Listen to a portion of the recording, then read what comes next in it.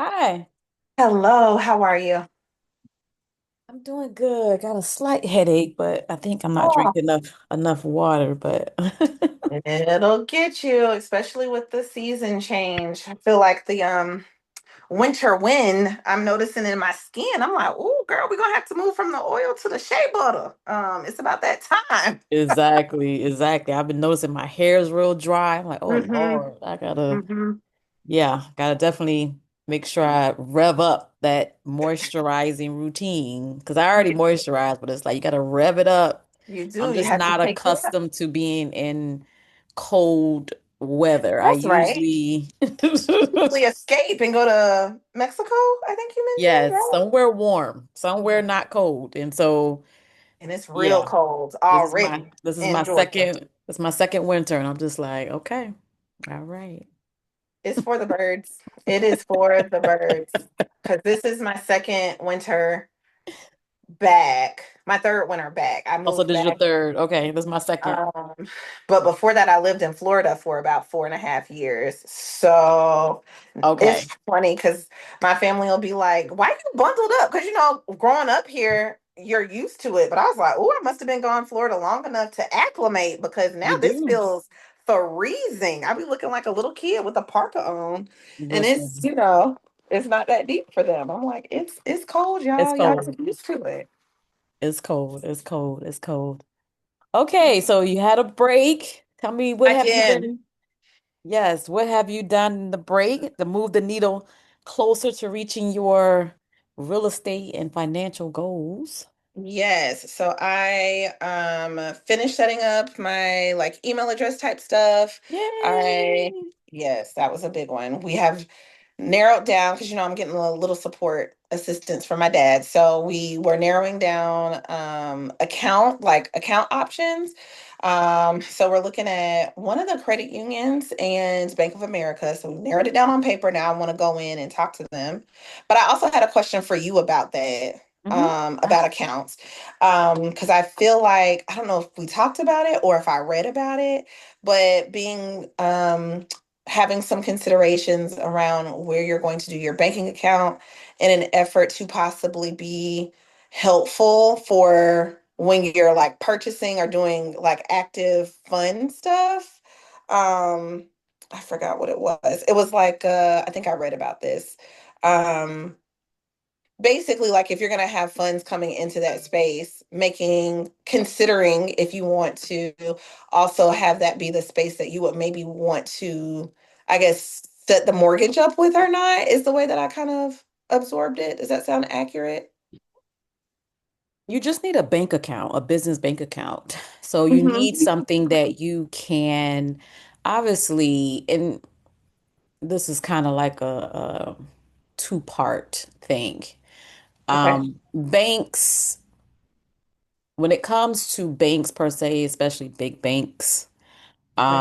I don't put too much stock into them. When I'm looking at a bank in terms of doing business with them, I'm looking at how can it benefit me as the business owner? What type of business products do you have? And especially as a real estate investor, what type of loans do you have? Do you have portfolio lending, which we're going to talk about today? Mhm. And I lean more towards community banks and credit unions because when it comes to making decisions, there's a lot of less red tapes and hoops that you have to jump through versus a Bank of America or a Chase. Bank of America and Chase is a more like traditional style banking, but when it comes to doing business and getting lending, especially as an entrepreneur, especially as, a real estate investor, you want to look at, okay, what products do they have? What kind of business credit? Do they have business lines of credit? Like these are the things you want to look for in terms of someone you're building a relationship with. And then with just the operating things that comes with the bank, because obviously you want to, whatever business that you're taking care of, you want to make sure you're using that exclusively for your business. So Mhm. if the mortgage is with your business, then that's what you're using for your business, and keeping the personal and business separate. So it's important to do that. anyway when you're thinking about this particular business bank account. Anything you're doing through your business, then it's going to come through this account. And just, looking at something like their wire transfer process and the fees Mhm. that's incurred with that, because be doing a lot of that when it comes to, when you're doing transactions with real estate. There's wiring involved. So knowing what that process is and how fast or how slow and what's the fee, knowing those things are important. But again, I lean more towards community banks and credit union when it comes to banking as a real estate investor. Okay, that's helpful because that even feels slightly different from the considerations of like a LLC to a point because wire transfer process and like considering the loans and stuff, that's a little more specific to this realm as opposed to maybe something that's a little different. Okay, that's helpful. Mhm. Okay, so I'll be revisiting where I thought I was at Okay. to make sure that Yeah. that's what I But was I looking at. wouldn't overcomplicate it. The thing Okay, is because it's not like you're limited to one account either. The thing is now you just want to make sure you go ahead and open up a business bank that much account, fun. start Okay, that process, and then I have many bank accounts. that's Many. true. Many. So the thing is, if you was looking at a credit union, I would say, I would look at the credit union and get that bank account open, and then whatever other account you want to open down the line, you can consider that too. Because I do like free banking. I'm not paying for no banking. That's another thing Right, with Bank of America and Chase. They want to charge you fees and minimums. right. I don't do none of that. Correct. Because why, yeah, why are you holding my money like that? Right, Yes. right. So, but I do have I have multiple bank accounts. American Express is pretty good. They just got into the checking and business checking Yeah, space. I was about to say I didn't even know that they offered that. Yeah, I literally just did some business with them in terms of they had a business line of credit, and I used that to put towards the down payment for my DSCR loan. So that's, American Express banking is an option because like I said, they have a plethora of business credit cards and stuff like that that you can leverage Okay. in your business. So, but yeah, those are just some things to think about. But I wouldn't overthink it. Okay. Um, Okay. just look at some things, make a reservation, just open up a bank account. Okay. And then I also did my RIA membership. So I'm gonna, Nice. Like yes, so going to I'm the on, dance. Okay, nice, yes. Now nice. I'm getting some, yes. I was like, oh yes, and y'all are really doing it because y'all are in the middle of the day because this is what, people do. So I was like, oh, I Yeah. see that this is And they have slightly different. subgroups. Yeah, they have the Yes. main group that meets once a month, and then they have subgroups based on your location that meet up regularly as well. And I'm telling you that rehab, that renovation one they do is so helpful. No matter where you are in terms of like how big of a rehab you want to do, it's just so informative. You learn so much because you can like literally follow an investor from the purchase all the way to the fix and flip, the sell on the other end. So just following that cycle is so beneficial, and actually seeing it in real time is helpful as a new investor because it's like it can be like overwhelming and just kind of scary. But when you see someone doing it, you're like literally in the house and it's like it's gutted and you're like, and to see the vision on the other side is like wow, like it does something, it just opens up the possibilities in your brain and it makes it less scary. Yes. Okay. Because I definitely am I feel it coming. I'm in the paralysis. I'm in the Yeah, pre-paralysis where I'm yeah, like, yeah.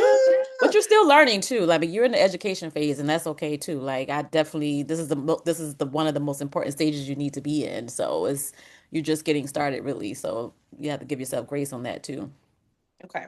Okay. Yes, yes, So yeah, that's where things have been. I look forward to creating like my postcard kind of situation now that I yes, know my business name and everything is solid. yes. Email set up. I'm like, okay, now I can You feel actually have official. You the feel yeah, official. I can actually put the stuff on the stuff. You know what I mean? Like I put the love stuff that. on I the love that. So stuff. what's the name of the business? We are Early Risers Residential. I love it. I Yes, love because it. the early bird gets the home, So, Right, right. yeah. I love it. Now, you may come across some challenges with um banks in terms of like real estate investor, when you say that's what you do, Okay. oftentimes they are a little reluctant to Okay. offer accounts. So there is a NACIS NACIS code that I use, and it's more along the line of consulting and administration. So more like property management, that type of thing, which we do, but Okay. I don't know what code you use when you set up your business. Go Um, back and look yeah, um, but to get yeah, specific. But okay, I will be mindful. yes, when you open up, it's like don't say investor in a nutshell. I mean, you can, but just be ready for the hurdles when you say, "Oh, I'm an investor," because it's to them it seems it's like risky. Correct. Correct. That So, makes sense. yeah, so there's that. We don't have, because I was going to go over your numbers on this call, but we started late, so we don't have time to go I over those understand. numbers. But Okay. we can do that for the next call. Because I do want to go over, because today we was gonna go over the numbers and then talk about the funding part of find, fund, close. And then Okay. next week we're going to talk about the close aspect of it. So beginning of that call, we can go over the numbers, because there were some things that I had some questions about in terms of where you got the numbers per se. Okay. But you're kind of along the lines, but also like the thought process in terms of why you chose the particular property that you chose to run the number on in terms of comps Yeah. and your buy box. Because some of them were retail, and I was just wondering why you chose to run numbers for A retail that. property? Yes, one of them Okay. was pretty much retail. Yeah. Okay. I'll double Yeah, check it was too. one because they were like, I think you did like what, five? There was like Maybe five or three or six. four for rentals and one fix and flip. But one was a retail. Some of the other ones they needed like some work, so those were fine, but they were definitely overpriced to even begin And with. that's where I guess I'm like, because as I was doing, yeah, and this is where the paralysis was, because I was kind of Yeah. doing it, and I was like, this doesn't seem right. And my dad was like, you're picking. I mean, he's dead, right? So he was like, you're picking houses that are not like. He was like, it's the house you're picking, and I was like, I don't know. So I was like, I don't know. You Maybe I didn't need to ask me fine though. tune my eye. You didn't ask me or text me You're or right. You're right. You're right. That is what you're here for. this is what So I'm here for. that's Like, hey, my Sapphire, I'm running this number, but it's something like help me out here. Like, this is what I'm here for. Yeah, because I was like, Dad. And he was like, I mean, so I was like, for the purpose of the homework, I feel like I can go through the process and better understand the running of the numbers. But I was like, clearly these are not like all of them were not great. Like Yeah. select. So I was like, it's got to be me, right? Like the commonality is me. So I've got to be not doing something in the best way at the Right. at phase one Face. to get us all the way down here. So I was like, oh man. So yes, But it is good to see what doesn't work, because yes. what you would begin to develop as you're looking at properties is like, I'm not even going to run the numbers on this, because even when I first glanced, I was like, these are overpriced. Like immediately my brain was like, these are overpriced before I even looked at your numbers. But you will be like, the more you do this, you're going to start doing that too. Like, they tripping. This is Okay. overpriced, and then Yeah. that will speed up your process, because your Okay. time is your most valuable asset. So you will start to recognize what is being offered and the price is being offered for based on the market is being sold in. So when you do see a good number and a good thing, be like, oh, let me run the numbers on this, because this is more along the line of what it should be. Okay. Yes. Because And I was. also too, for your expenses, Mhm. for the taxes, I'm not sure, where were you getting your tax information from? I think there were a couple that I just pulled it directly from like the Zillow, like the thing down in the bottom. But then I was trying to do the estimate with taking out the uh making sure I didn't duplicate what would be in Oh, the the calculation. yes. And then I think there were also a couple that I did have to like go and look in the text, like try to pull the actual Okay, information. because Yeah, because there was a few that were like way off, and I was like, where I didn't know where you were getting. And I was on Okay. Zillow too, and I just looked at their because the 2024 tax information wasn't there, but 2023, because the tax year information is on the page. Okay. But I was like, I wasn't sure where you were because it was like way off, and I was just like, where did that come Okay. from? So just when you're looking, there's literally a section for taxes. It may not show the most updated, but at least you can start with what you have because you know it's going to be at least that. It's probably going to be more, but Okay. at least Yeah. that. And then also too is ta for expenses is taxes and insurance. Vacancy is 10% of the income. Because some you had a calculation of two Yeah. months. I was like, I don't know where this come from. Vacancy loss projected. Yeah. I didn't know where I that came from. I did it like if we are looking at 2 months. So it would be like a couple of months or whatever the potential lost rent was. Yeah, but So where'd you get that from? from us talking, I thought when we met, and it was like, okay, you want to make sure that you are, intentional about the kind of like the downtime that you have the home for.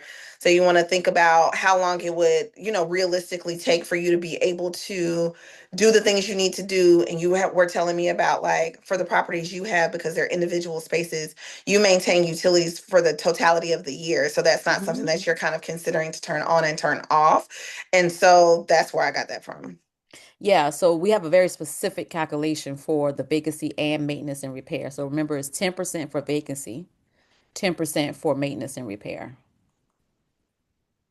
So 10% of the income of the monthly. So like for instance, I think one of them was like 2377. So it'll be 237 plus 237 plus whatever the taxes is and plus the insurance. Okay. Yeah. Okay. I have Yeah. to relook at that because I No, it was very specific. look I wonder where into she get this from because I was like, oh, I was I'm like like, that is not what I taught. Okay, and but it was then very like, because I mean, it's not like you couldn't use that. Like, it's not like you couldn't, like, because your business, right? You can assess it. But I was like, well, where did she get well this and thought process from?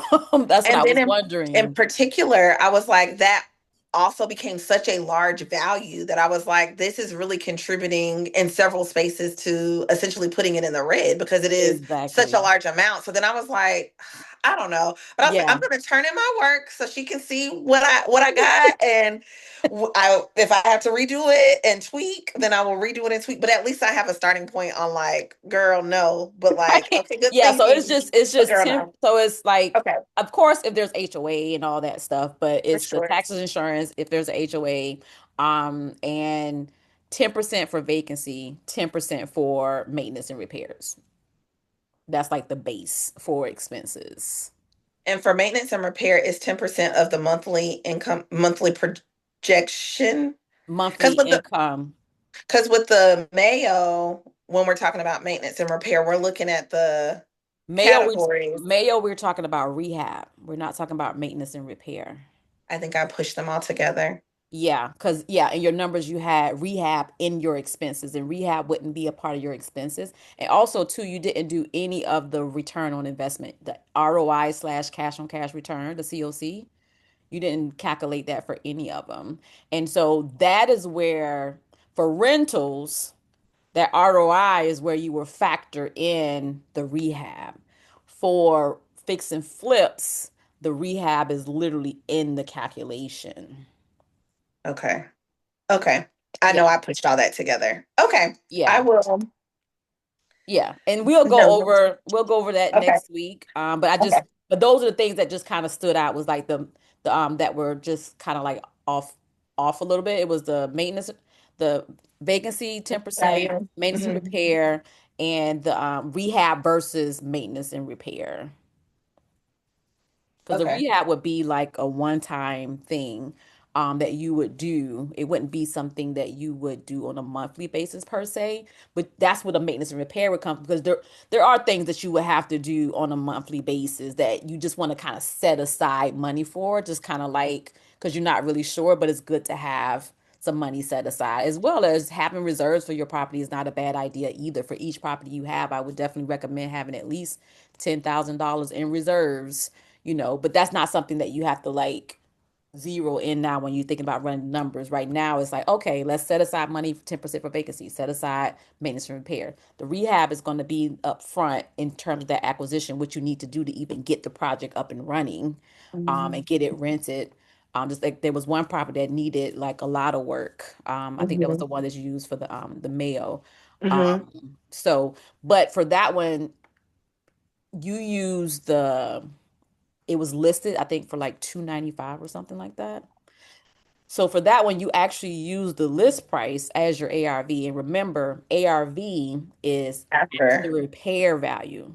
So after it's fixed, you want to look for properties that are already fixed up and use that number and not the number that is being listed for, because that's the as is value for that property or Okay. the fair market value, or yeah, the as is or fair market value. So the Mayo is you want to consider what it will be worth times 70% minus the rehab. Okay. Ooh, okay. hmm It's okay. It's okay. We're learning. That's what we're here for. But yeah, if you have any questions or you're like, man, I'm Okay. confused, text me, call Reach me, out. email, Okay. send a message in a bottle. Be like, hey, I think Something. I'm on this direction, but I'm not sure. These numbers are weird. Just like with the projected vacancy loss was really killing your numbers. It was And killing my numbers. right. And it's like, what is this? You could have been like, hey, I don't understand. I'd be like, hey, it's 10% and not Okay. times Not too not much. what I had created. Yeah, girl, follow the plan. Okay. Yeah, I might have to go back and just It's rewatch that one. Okay. okay. All right, so I'm going to share my screen. Okay. Let's see. It is portion there. All right.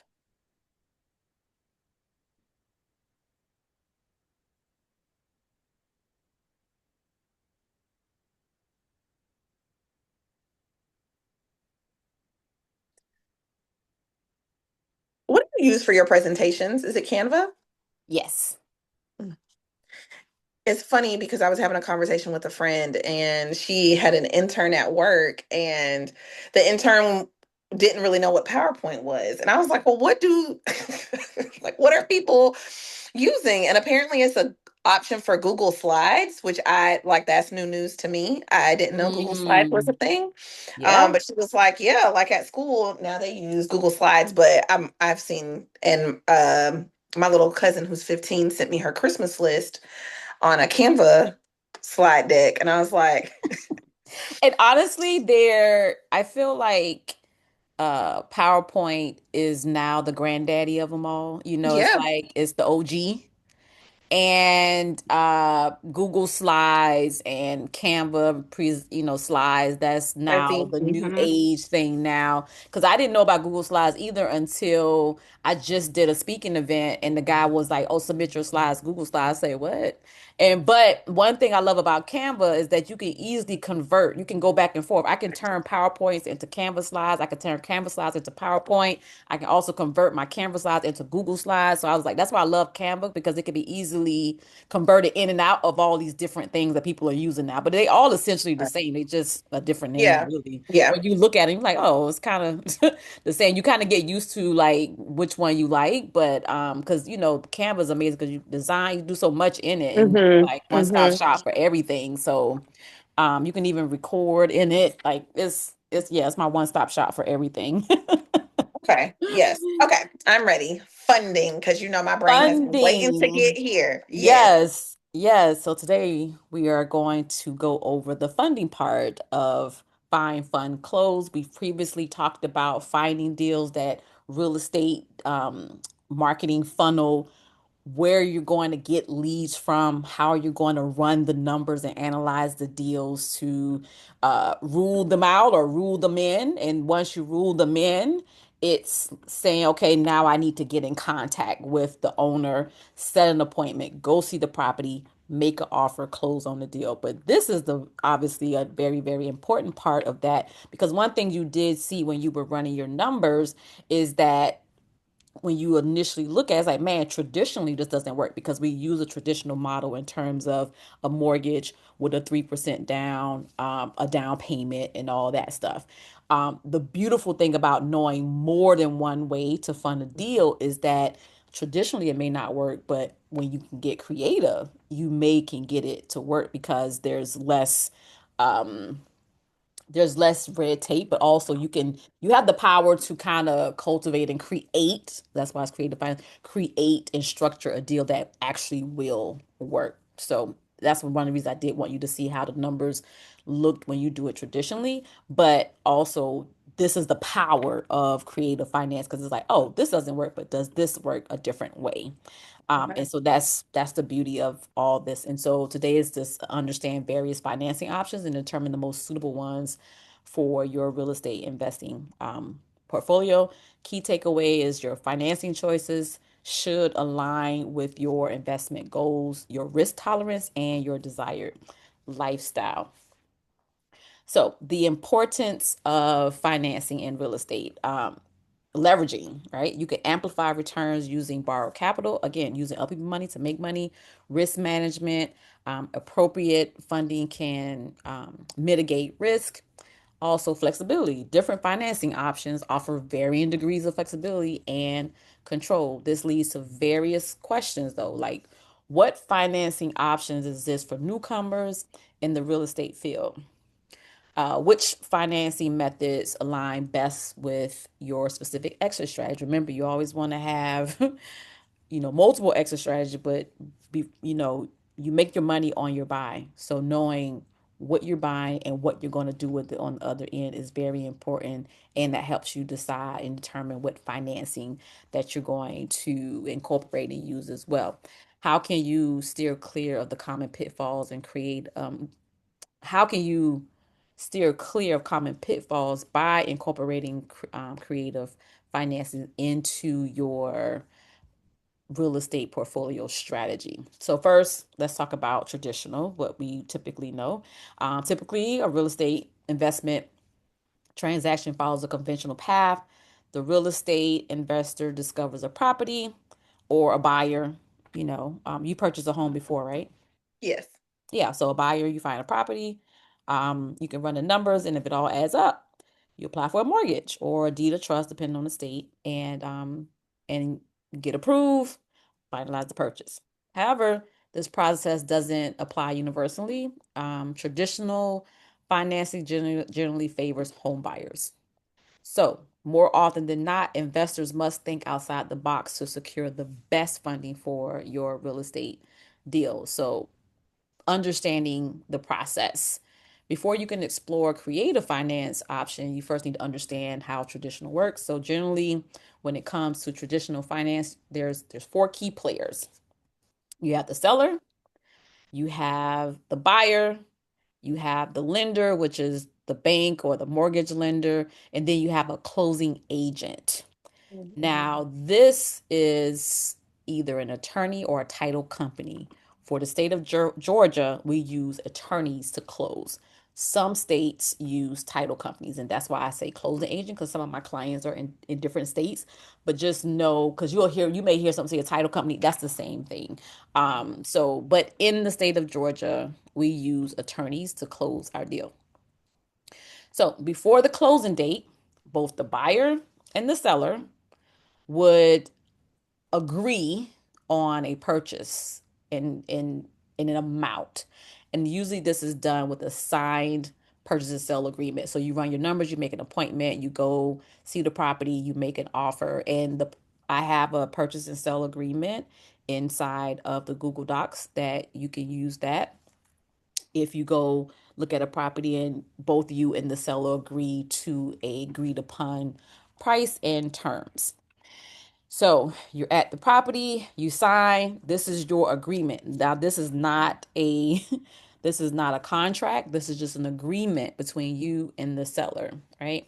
And so subsequently, you the buyer will approach a bank or some type of lender to secure financing to close on this deal. And sometimes and oftentimes it may be accompanied by a down payment.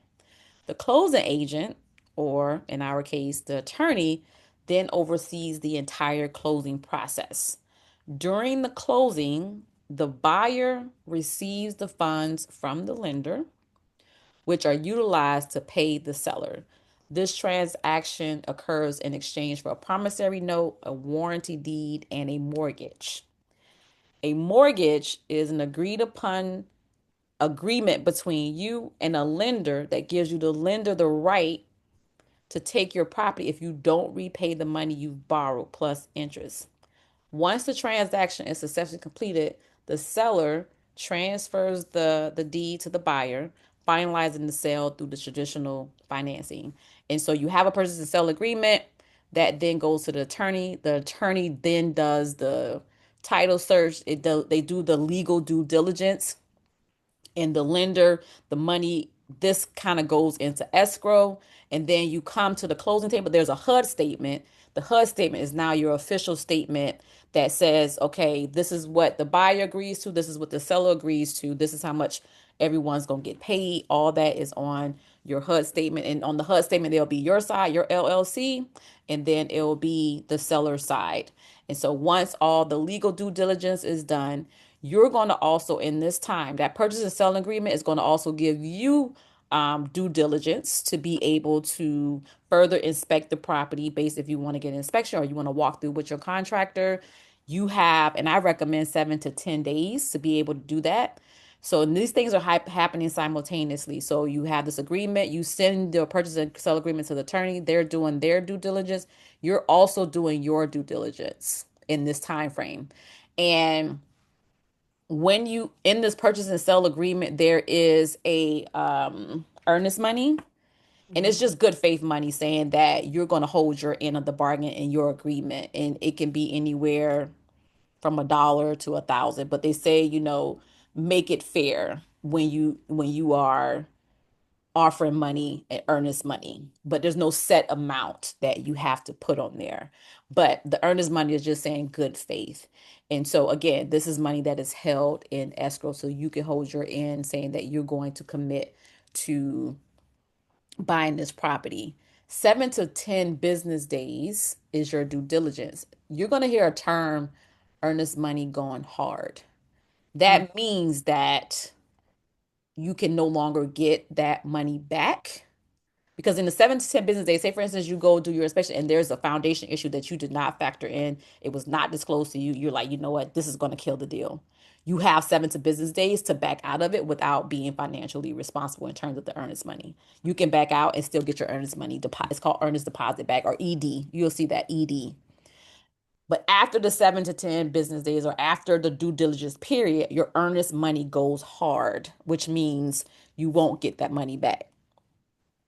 And so again, the lender that's involved, the monies is, but you and the lender decide what you're going to decide and agree upon in terms of what you're going to pay the seller. And so at closing, the buyer, the seller is present. You sign the documents. The money is then sent to the seller. The seller then sends you the mortgage or the warranty deed. Because in closing, you have a mortgage, and a mortgage is, let me back up. You have a promissory note, and I'll explain these a little bit more. You have a promissory note, and you have a warranty deed, and you have a mortgage. Okay. So the promissory note is you saying, I owe you, basically. You the buyer or the bank, right? The mortgage is a security instrument. The mortgage is essentially saying, if you don't pay me like you promised in your promissory note, I can then put a lien and I can take the property. Because some people think when they buy a home that the bank owns the home. Like, when you buy a car, the Mhm. dealership keeps the title until you pay for it. That's not the case with a house. With a house, you own that property. However, there's a security instrument against it.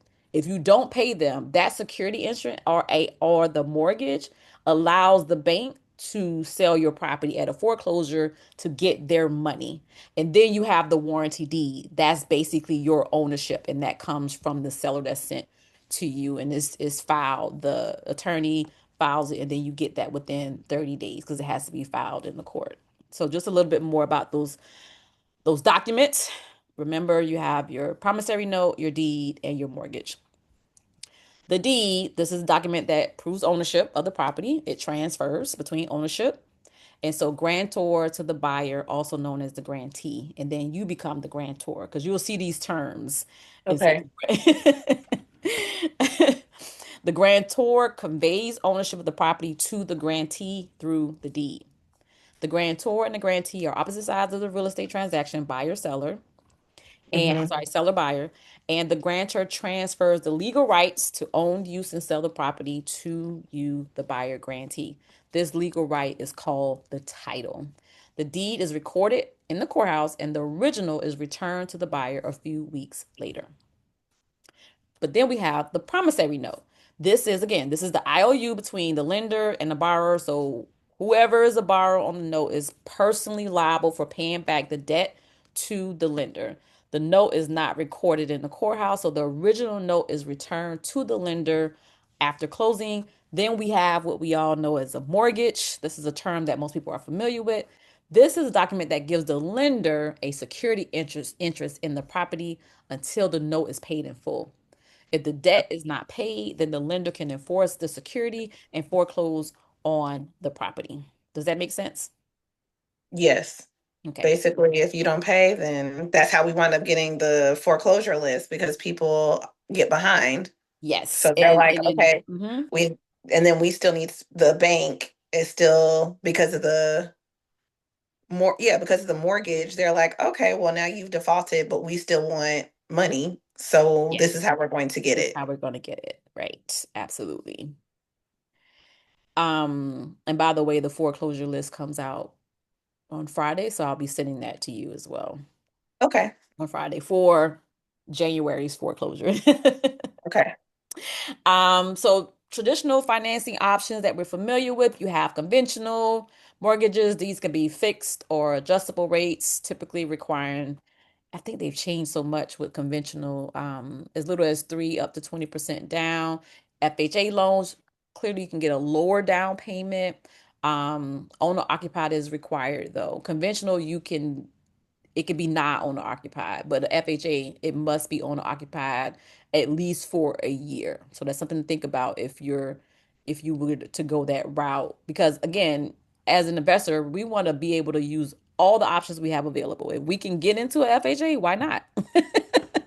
Right? If you qualify, why not? So, but FHA is owner occupied, I think, for at least a year. VA loans, veterans, no down payments, owner occupied required as well. Traditional loans are more accessible for owner occupants and may have limitations for investors, so something to keep in mind there. Um, why isn't it showing?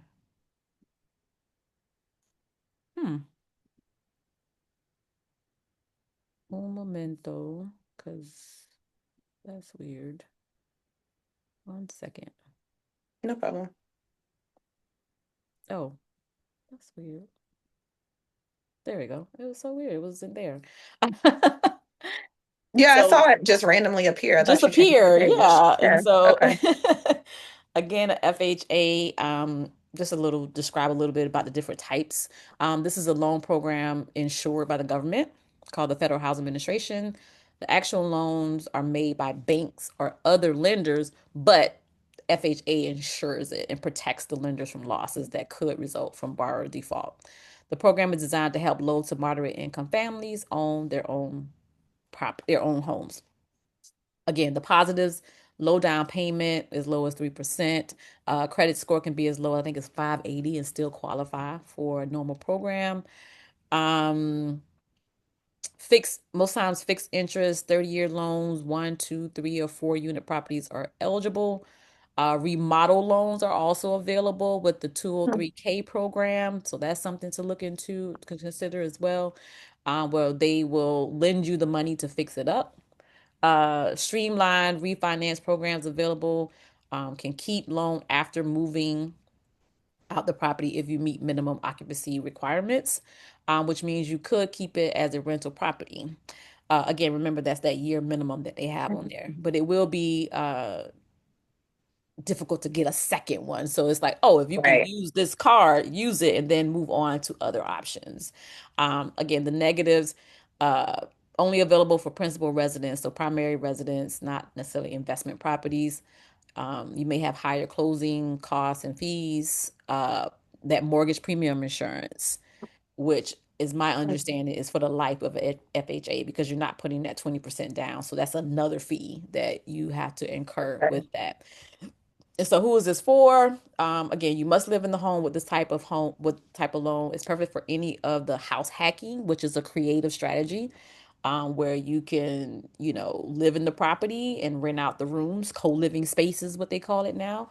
But that is an investment strategy that you can use, and your tenants are paying your mortgage. But that is a strategy that you can use and leverage with a FHA loan.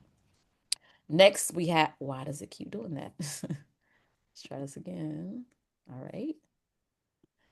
Next, we have a VA loan, similar to the FHA. The loan program is for active duty members of the military. It's Uh-huh. insured by the Veterans Administration, and like the VA program, loans are made by banks. And again, they're insured. Down payments are as low as 0%, no, of the purchase price. I don't think there's an official credit score requirement for VA loans. Again, you get the fixed interest, 30-year, one, two, three, 4 unit properties. Again, thinking about the FHA, another, if you got a quad or a triplex or duplex, again, you live in one, rent out the other one. That's perfectly acceptable with a FHA and VA loan. Okay. Hmm. Conforming loans, these are also considered conventional. These can be for owner occupants and non-owner occupants, like investors like us, are eligible. Fixed interest, 30-year, and they also have 15-year options. Again, one, two, three, 4 unit properties are eligible. Multiple property purchases are possible, so you can have more than one. Conventional, I think up to 10, if I'm not mistaken, when it comes to like using the traditional loan, but obviously it's up to the lender to say, well, you know what, we're not going to continue to loan you anymore on, and even if you could, like people that have the ability to, because most time with conforming investor type of loans, you have to put 20% down, but you have to put more down, but even that has a limit. So even with growing your portfolio, knowing multiple ways to do things outside of traditional is very, very powerful because you are limited, even if you are able to leverage different conventional conforming FHA or VA types of loans. Um, Okay. and so, yeah, the conventionals, the negatives are strict credit and income requirements the government requires for those loans, down payments, up like 15 to 20%. So you have to put a little bit more. And if you put less than 20%, then you have to pay that mortgage premium insurance. Um, yeah. And so if you have good credit and income, this is usually the most affordable type of loan with the best terms, fixed interest, low payments. We love that. Again, you can use this for a house hacking strategy, live and rent, live and flip, rental strategies, renting one, staying in one room or staying in one unit, renting out the other ones. Okay.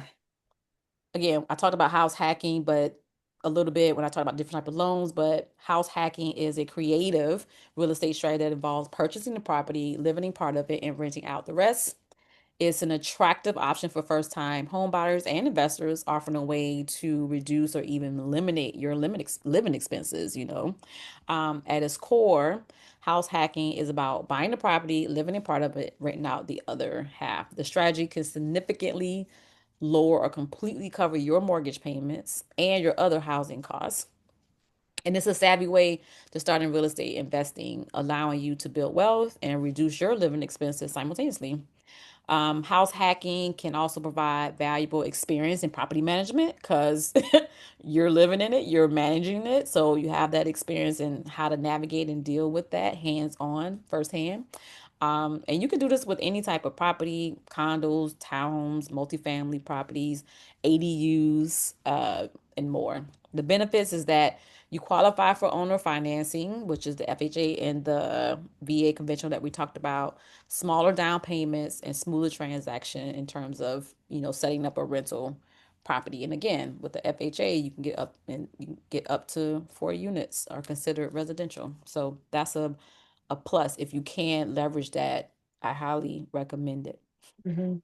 Me myself as an entrepreneur, I couldn't because I didn't qualify because I didn't have a W-2. I didn't have steady paycheck coming in. So I had to, in my start, I had to come in thinking outside of the box in terms of financing because I couldn't leverage these other types of traditional loans. But if an opportunity present itself, I will take advantage of it. But I haven't worked a traditional job in like well, yeah, like 5 years. So there's that. Good for you. I know that's right. Mhm. And then we have commercial options, commercial mortgages, the DSCR. I keep doing that. My last property that I just purchased, I use a DSCR loan. DSCR stands for debt service coverage ratio. And these loans, they allow investors to qualify with the income from a rental property. So you don't have to qualify for the loan. The That's right. property qualifies the loan. So if the mortgage can cover, I mean, if the market rent can cover the mortgage up to a certain ratio, and that ratio varies. It could be like 1.2, 1.3.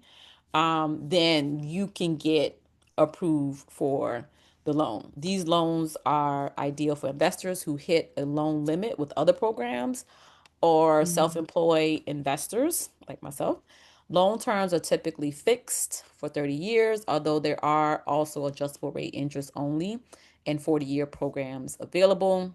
You don't need any tax returns or personal income requirements. Fixed interest, 30 years available. You can use for purchase or refinance, like the burst strategy you hear people talk about, buy, rent, and I'll talk about a little bit more down the line when I get into creative. That's more of a creative strategy. But a DSCR can be used in conjunction with that, buy, fix and flip and buy, rehab, rent, rinse and repeat.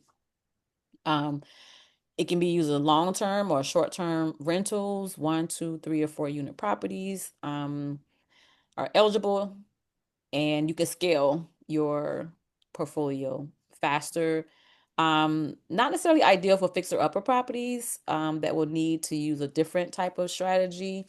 Um, they could have higher interest rates, slightly higher because they are commercial, just depends um than conforming, and you do have to put down at least 20 to 25%. And so what I was doing was in my portfolio I was using creative finance to start, and I was doing fix and flips. But obviously with fix and flips you're getting capital, you're getting money, so it's like, oh, now I have the 20% to be able to use different loans to be able to continue to grow my portfolio. So that's how I was able to purchase my last property. Was money I got from a fix and flip. I just used that as a down payment to get into this type of loan.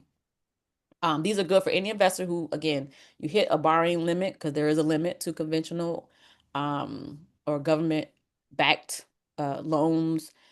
Any investor who doesn't fit the strict application requirements of other type of loan programs, if you're self-employed, retired, or you're a full-time investor. DSCR lenders usually specialize in these types of loans, but you'll hear this when you start going to the real estate meetup. You'll hear lenders talk about the different products that they offer, and you'll hear that term DSCR being thrown out. And that's what that is basically that 1.2, 1.3, that ratio that the market rent must be able to cover the mortgage. So the and that's like one at least one times, and I think 20% of that. I have to go back and see how the calculation goes. So it's okay. So for example, if it was 1.0, like a 1 to 1, is this basically saying that the market rent, if it's 2,500 and your mortgage is 2,500, it meets that one ratio. The point two, I believe, is 20%. So it'd be like that 2,500 plus Okay. 20% of that 2,500 added. The market rent must be able to cover that in your mortgage. Okay. Got it. Mhm. Absolutely. Portfolio lending. again, I kind of briefly talked about this a little bit when I talked about looking at community banks and credit unions and types of loans that they offer for real estate investors.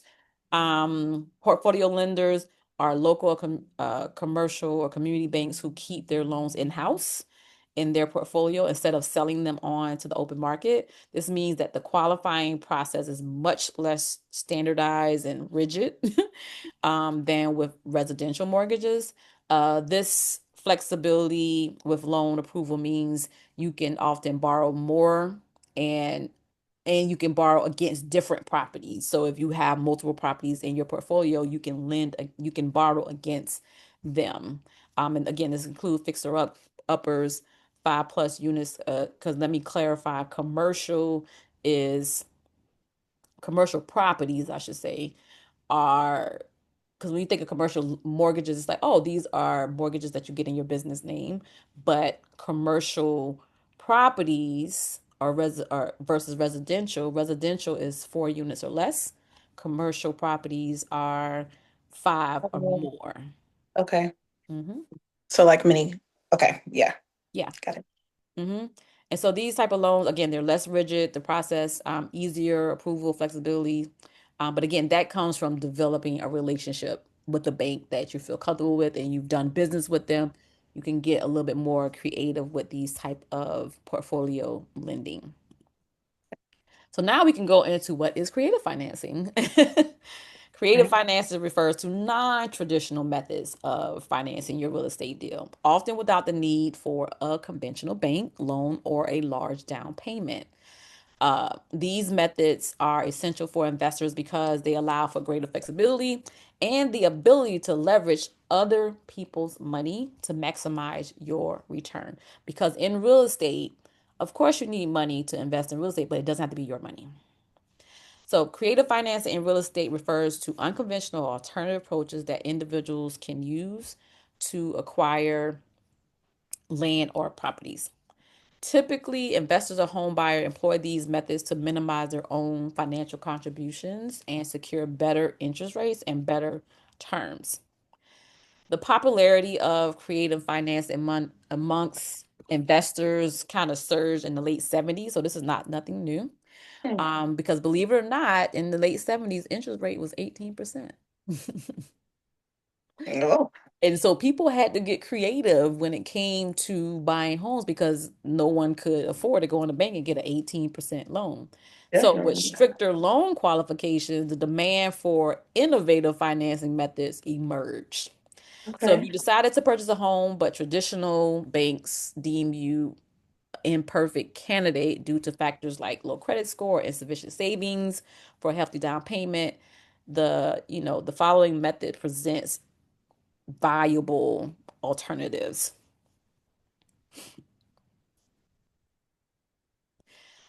So, creative financing, we have a whole list of them. And this is the introduction into these.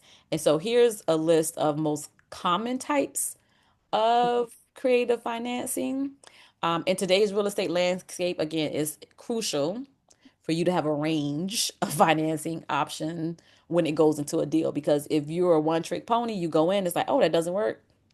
Just like wholesalers. Wholesalers, when they're looking at deals, they're looking at something that is like below that 70% threshold for that Mayo, because investors are looking at 70%. So a wholesaler wanted to be 60% because that's how they baked in their profit. But if they don't understand different ways to structure a deal, if it doesn't fit that formula, right, they're like, oh, there's not a deal. But again, understanding different ways to structure a deal, then those no's can then turn into a yes, or Mm. those negative numbers that you had can then turn into a positive. So, securing the best finance requires a touch of creativity sometimes. However, with numerous unique financing methods available, it can be overwhelming to fully understand what's out there and what's the best option. So, to help you navigate the possibility, here are some common types of creative financing. We have owner financing, seller financing, subject to wraparound mortgage, and this is subject to talked about in the book Wealth Without Cash. the one I recommend that you read by Pace Morby, Okay. he goes into depth about these different creative financing options, as well as the small and mighty real estate investors. He also goes into depth in his book. So I definitely recommend, especially if that's something that you're like, that's where I want to, you know, learn and feel more confident investing. Those two books. Have you started reading any of those? Yeah, I started reading. I'm over halfway through with the Small and Mighty Investor, Okay. and the other one arrived. So now I'm like, okay, cool. Nice, nice. So this would be a refresher, or it's like Mhm. getting that information downloaded. Is like, oh, I've heard this before. Yeah, repetition. Yes. Owner financing. Owner financing is where the seller becomes the lender.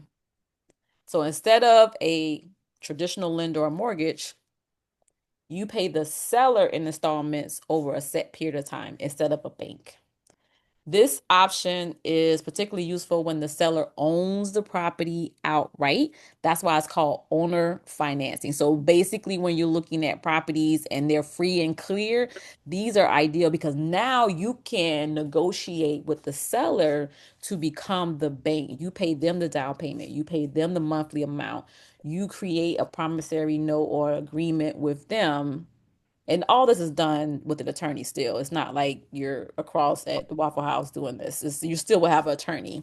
And the beautiful thing about having an attorney is you don't necessarily have to be an expert at these different types of financing options. You do need to understand them because you're the one presenting it to the seller to begin with. So to be able to present it, to be able to offer it, you need to understand it. But your attorney is the one that's going to structure it properly for you. Okay. Okay. And so this option is useful, again, free and clear. It allows for flexible terms. You can decide the terms. You can decide the down payment, if any. You can just be like, hey, I'll pay you this amount until this date, until this time. And you can negotiate that. You can negotiate the interest. So you can see where you have more flexibility and more opportunities to get into a deal versus having to go the traditional route. When experienced investors mention buying something on terms, this is what they're referring to: owner finance. The primary objective for investors is to minimize your personal financial commitment and instead rely on external sources for funding. Again, you don't have to qualify, go through the bank. You can literally work directly with the owner of the property. Um, so that is the owner financing. Now we have, I don't know why it keeps doing this. Now we have seller financing. This is when the property owner sells the property. They can choose to receive some or all of their equity over time. So instead of getting cash at closing, they can receive installment payments, usually including interest from the buyer. This delayed purchase is called seller financing. The paperwork is very similar to a normal real estate loan, including a promissory note and a security instrument such as a mortgage or a deed or trust. The difference between seller financing and owner financing. Remember, owner financing is Clear. free and clear. Hmm. Seller finance means there's some type of debt in place. And so you are now going to negotiate how you're going to set that up. You still can do where you are negotiating with the seller, but that debt that's in place still has to be satisfied. So if they have a mortgage payment, you have to make sure when you're running your numbers that you're able to cover the mortgage payment and whatever you're giving them in terms of that equity payment on top of that. But that's all baked in. So that's why when we were looking at some of the properties and I was looking at, oh, well, what do they owe? What's their monthly payment, right? Because if their payment is, if you're trying to cash flow at least $400 or $500, the market rent is 2,000. Their PI that's in place is 1500, you can see where is not even room for you to be able to cash flow and be able to pay them and cover the mortgage. So it's good to know with seller financing how much they owe and what their monthly payment is because minimally you have to cover that. And so that's where that comes into play when you're doing seller financing. Um, and again, your terms are negotiable. You can still negotiate. You still have to consider what's in place, but oftentimes it's been they've been paying it down, so it's not that 30 years anymore. But this can all be negotiable. Your interest rates, your down payments, your monthly payments, length of financing, all this is negotiable. Again, it's But easy. I'm sorry. I had a question, but go Uh-huh. ahead. Is it negotiable with the seller directly though, right? Not the bank. You're doing all this with the seller. Okay. I just want to make sure I was following. Okay. hmm Yep. You're doing all this with the seller.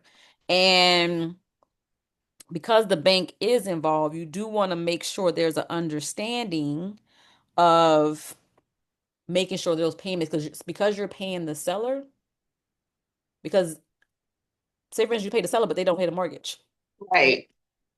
So you want to make sure there's something in place where you're using a third party servicing company, right? So a third party servicing company is that you pay the servicing company pay the mortgage, and then the leftover goes to the seller, or you agree with the seller to pay the mortgage directly yourself. So you Mhm. get the login, you get all the information, you pay the mortgage, and you pay them whatever. So if the mortgage is 1500 and you agree to, so if yours total 2000, right?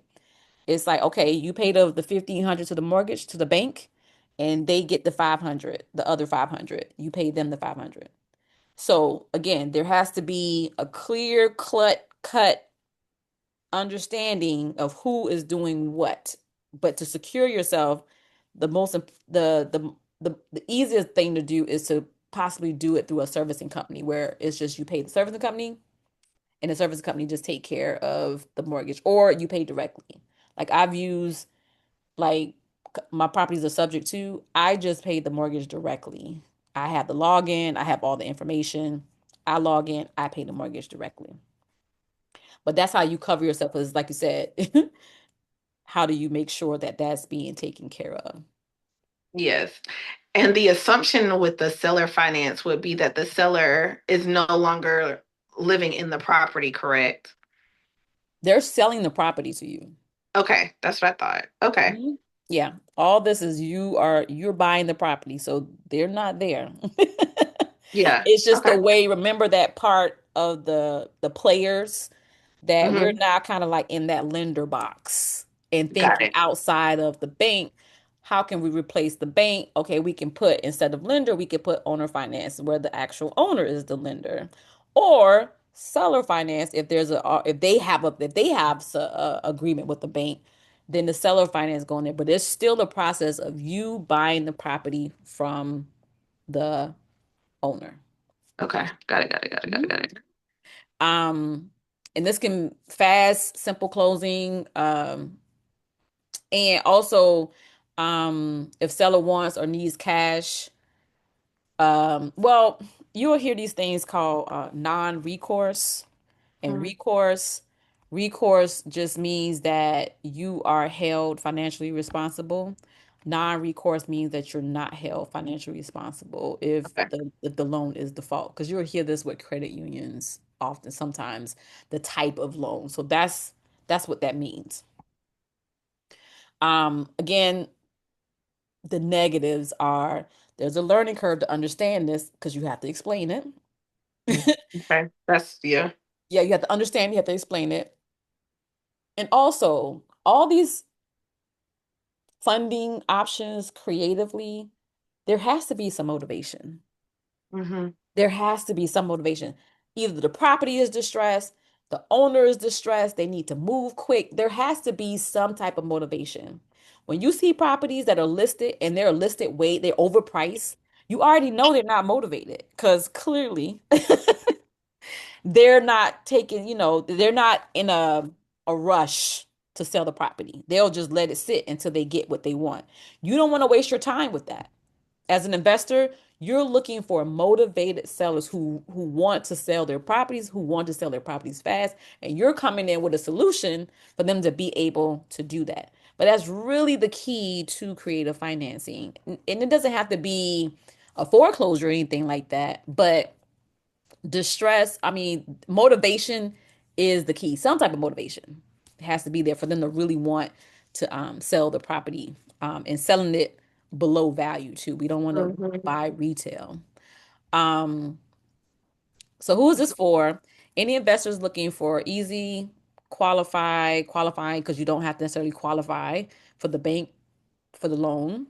You can get good terms and you want to take the time to learn how to set this up and really understand it so you can explain it. The main thing is understanding what they have, what they owe, what their payments are. Mhm. Because it's really in the greater scheme of things. Because if you say, hey, I'm gonna offer you this price, right? And I'm gonna offer you this amount per month, right? It helps that whatever you offer from or whatever you can offer in terms of when you run your numbers, because say for instance you only can offer 1,500, well that wouldn't be a deal for you for the seller because their mortgage is 1,500. So knowing that helps you structure these deals, but it also helps you see, well, this is not going to be a deal, Mhm. right? Okay. So understanding that part of it is important. But really, the main thing is you want to run your numbers, and when you're in the easy offer maker and you're on that seller, that owner finance or long-term financing, that sheet is you plugging in your numbers and you're saying you putting in your minimum, what you want to make at least, and then in that box it'll say, well, what can you offer them? And Okay. that box is telling you, well, you can offer them however much. Now you have to be like, oh, well, how much do they owe? How much is this?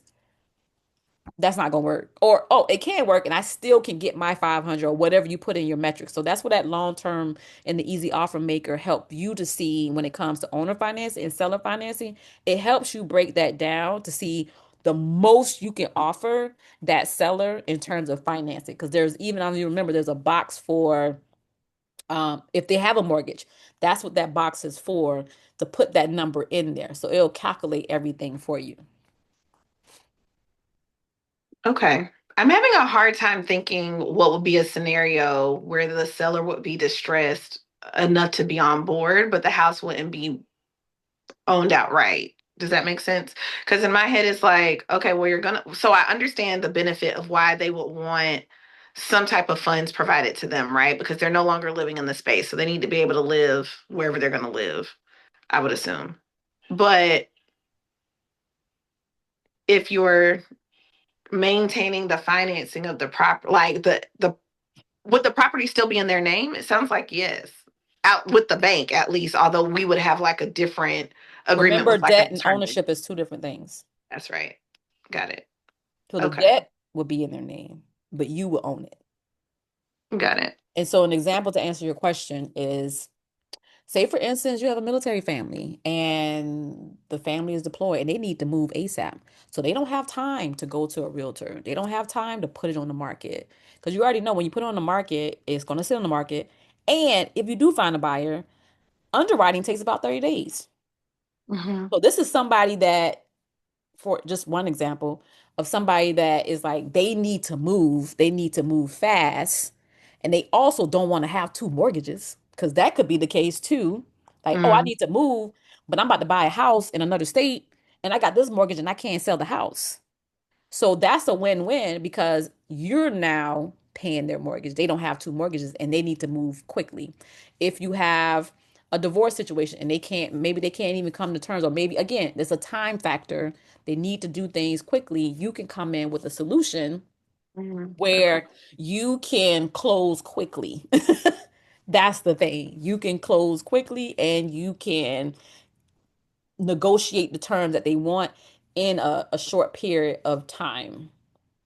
Um, the thing is sometimes even with seller financing, it may so you have most times with owner finance and seller finance, you will have a balloon payment because it's not Sometimes you can extend this out for 30 years, but sometimes people are like, no, I don't want this to just be 30 years in my name going on if it's a seller finance, right?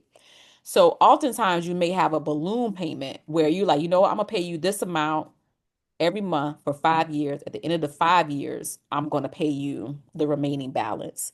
In Mm, those 5 years, you have the right. option to sell it or refinance it. But at least you Okay. got into a deal. You're making money off the deal. Somebody else is paying the house down. You appreciate and value own it. Got But it. now you have bought yourself time to figure out, okay, what am I going to do at the end of these 5 years? So oftentimes with a owner or seller finance, you may have baked in a balloon payment at the fifth year. Or you can negotiate that too. That's negotiable, right? It doesn't have to be five. But it depends when you're talking to the seller, like, well, I don't want to, if you say, for instance, you start with 10 years and they're like, well, I Hmm. need as soon as that. Well, okay, well, what about 5 years? But if you do 5 years, other things have to be adjusted, whether it's the down payment, whether it's how much I'm giving you a month. It's not going to look as nice as the 10-year setup. The 10-year setup is going to be at your price, the monthly amount, all the things. But if I have to make adjustments in terms of now I'm having a shorter time period, then some other things is going to be adjusted on their end, if that makes sense. So it Yeah. makes it still lucrative for you, but with this short period of time. Because you could do those balloon payments, you could do 5 year, you could do 10 year, you could do 20, you could do 30. You may find somebody who be like, I'm good with this passive income. Especially if it's an owner finance, they own it free and clear anyway. They didn't have a mortgage. They're perfectly okay to, give you a longer term. But just know you may get some people that are not. And so those are some examples where people need time or they don't want to fix it up. Maybe the property need work Yeah. and they don't want to put the money into it. And you're like, you know what? I'll buy it as is. I'll make Mm, sure your mortgage is covered. I'll negotiate the equity with you. okay. So those are some examples of um why this will work for someone. Just thinking outside of the box. Hmm. Hmm. And again, that motivation. And these may not be properties you find on market, right? Because on market, Right. they're like, no, I Clearly, want to sell my especially right house. now. Right, Yeah. right. Right now. These This type of what. financing, you may be able to do this with off-market deals. Maybe they didn't even Mhm. necessarily was considering selling, but they got your postcard in the mail, like, oh, what's she talking about? You know? Mhm. So off these strategies also work really well with off-market deals because again, you can find the motivation.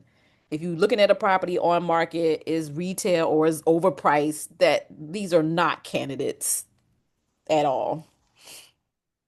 Okay. Okay.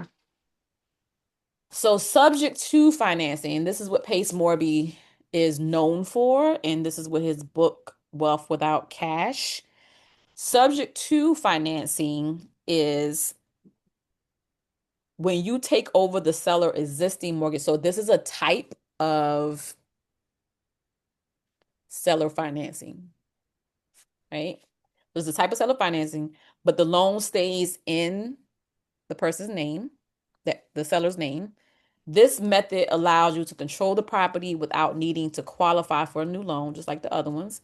It's particularly helpful when dealing with distressed sellers who need to offload the property quickly. Subject now, seller finance and owner finance, which I don't know why I keep doing that. You're going to have some type of security instrument in place, like just like the bank. So you're going to have the promissory note. You're going to have the right to be able to have first position.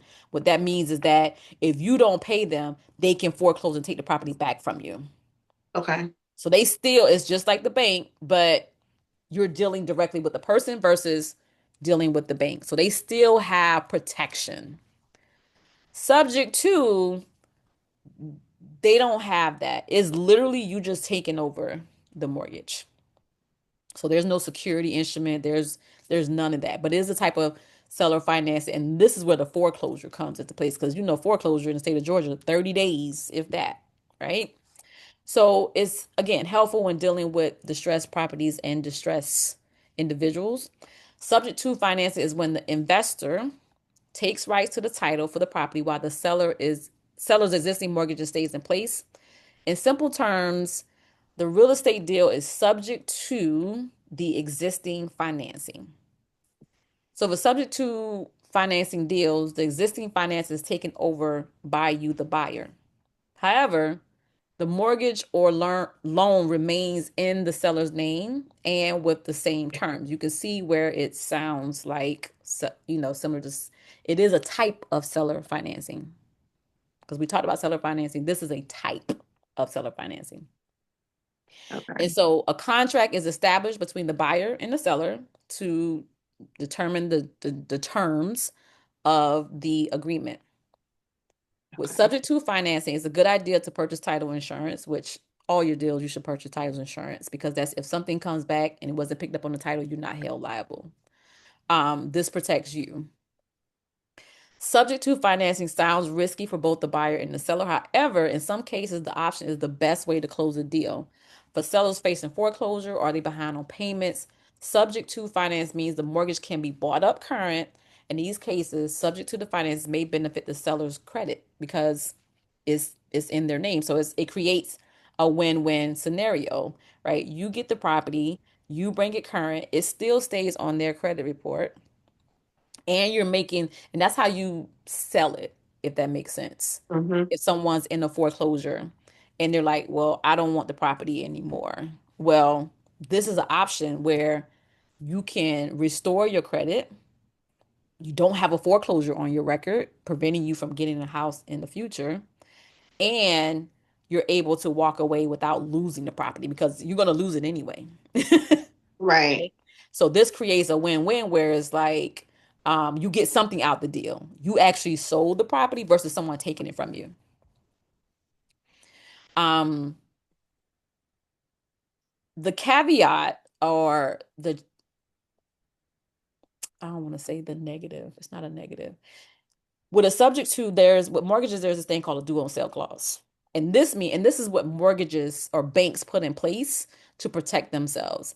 If they see that ownership has transferred hands and they were not paid or is not paid off, then they could flag it, right?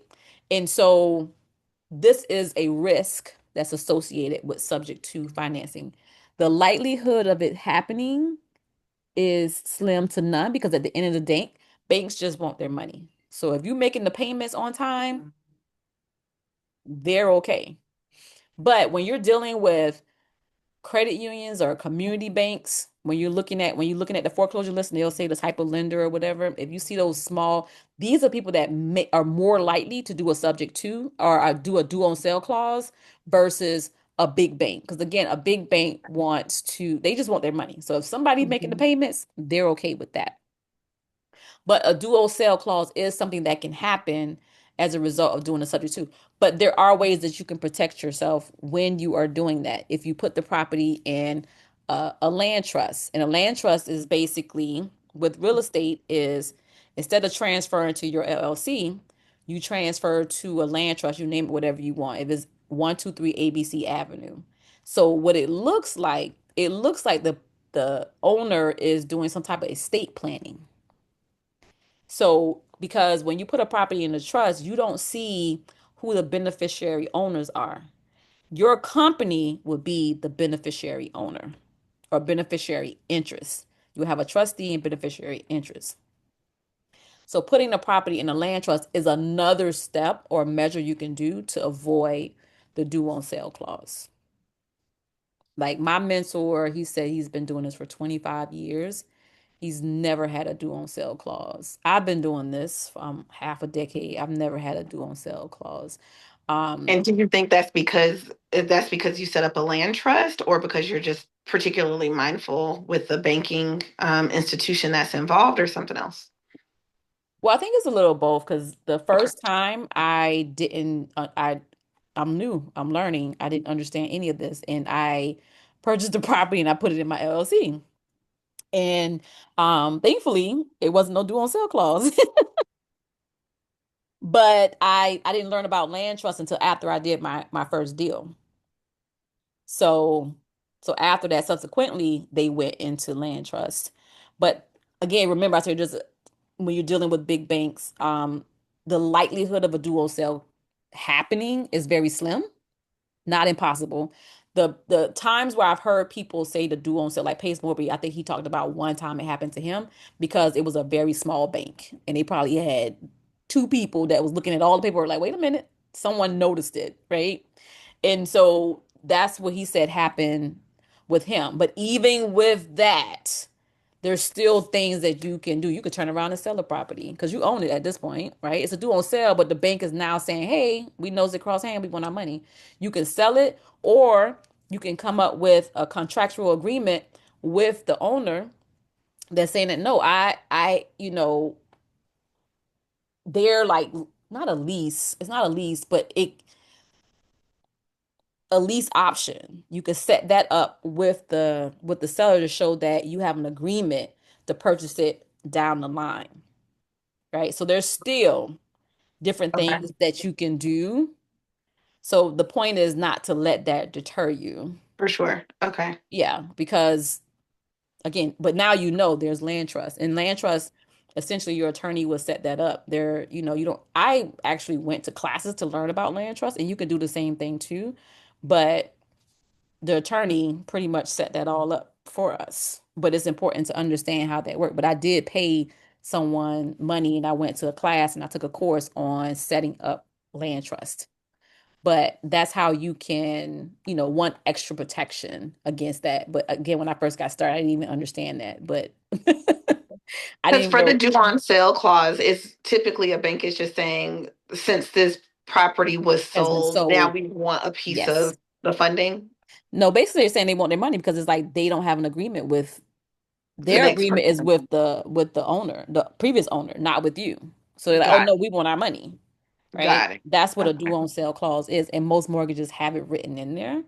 But again, that's just a protective measure for them. But how many of them enforce it is the question. Most Question. of Okay. them, long as they're getting their money, they're especially Right. big banks, they're not looking into, the Superior Court records like, oh, this has been sold. Right. I need to investigate. These banks have millions and millions of mortgages, and most of the time they're selling them off anyway. So the likelihood is slim, but it can happen. That's just the main thing Right. is to know that that is something that's a risk when you're doing a subject to. Okay. Okay.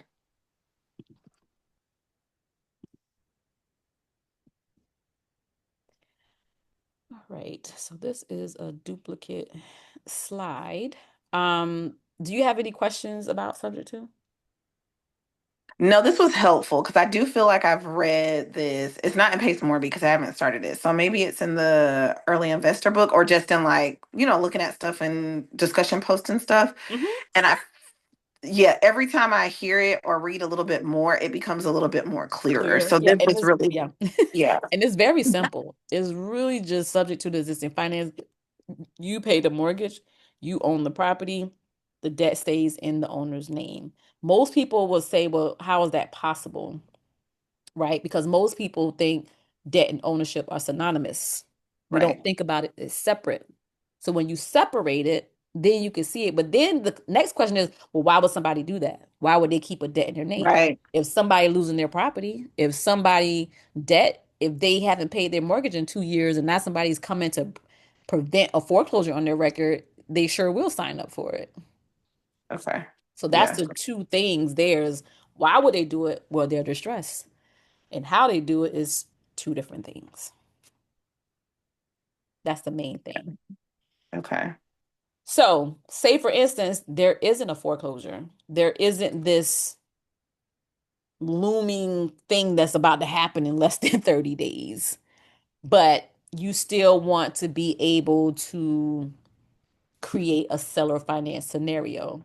So the subject to is if again the foreclosure is something majorly distressed, but if you have somebody, and this kind of speaks to what you asked before, someone that their financial record is fine.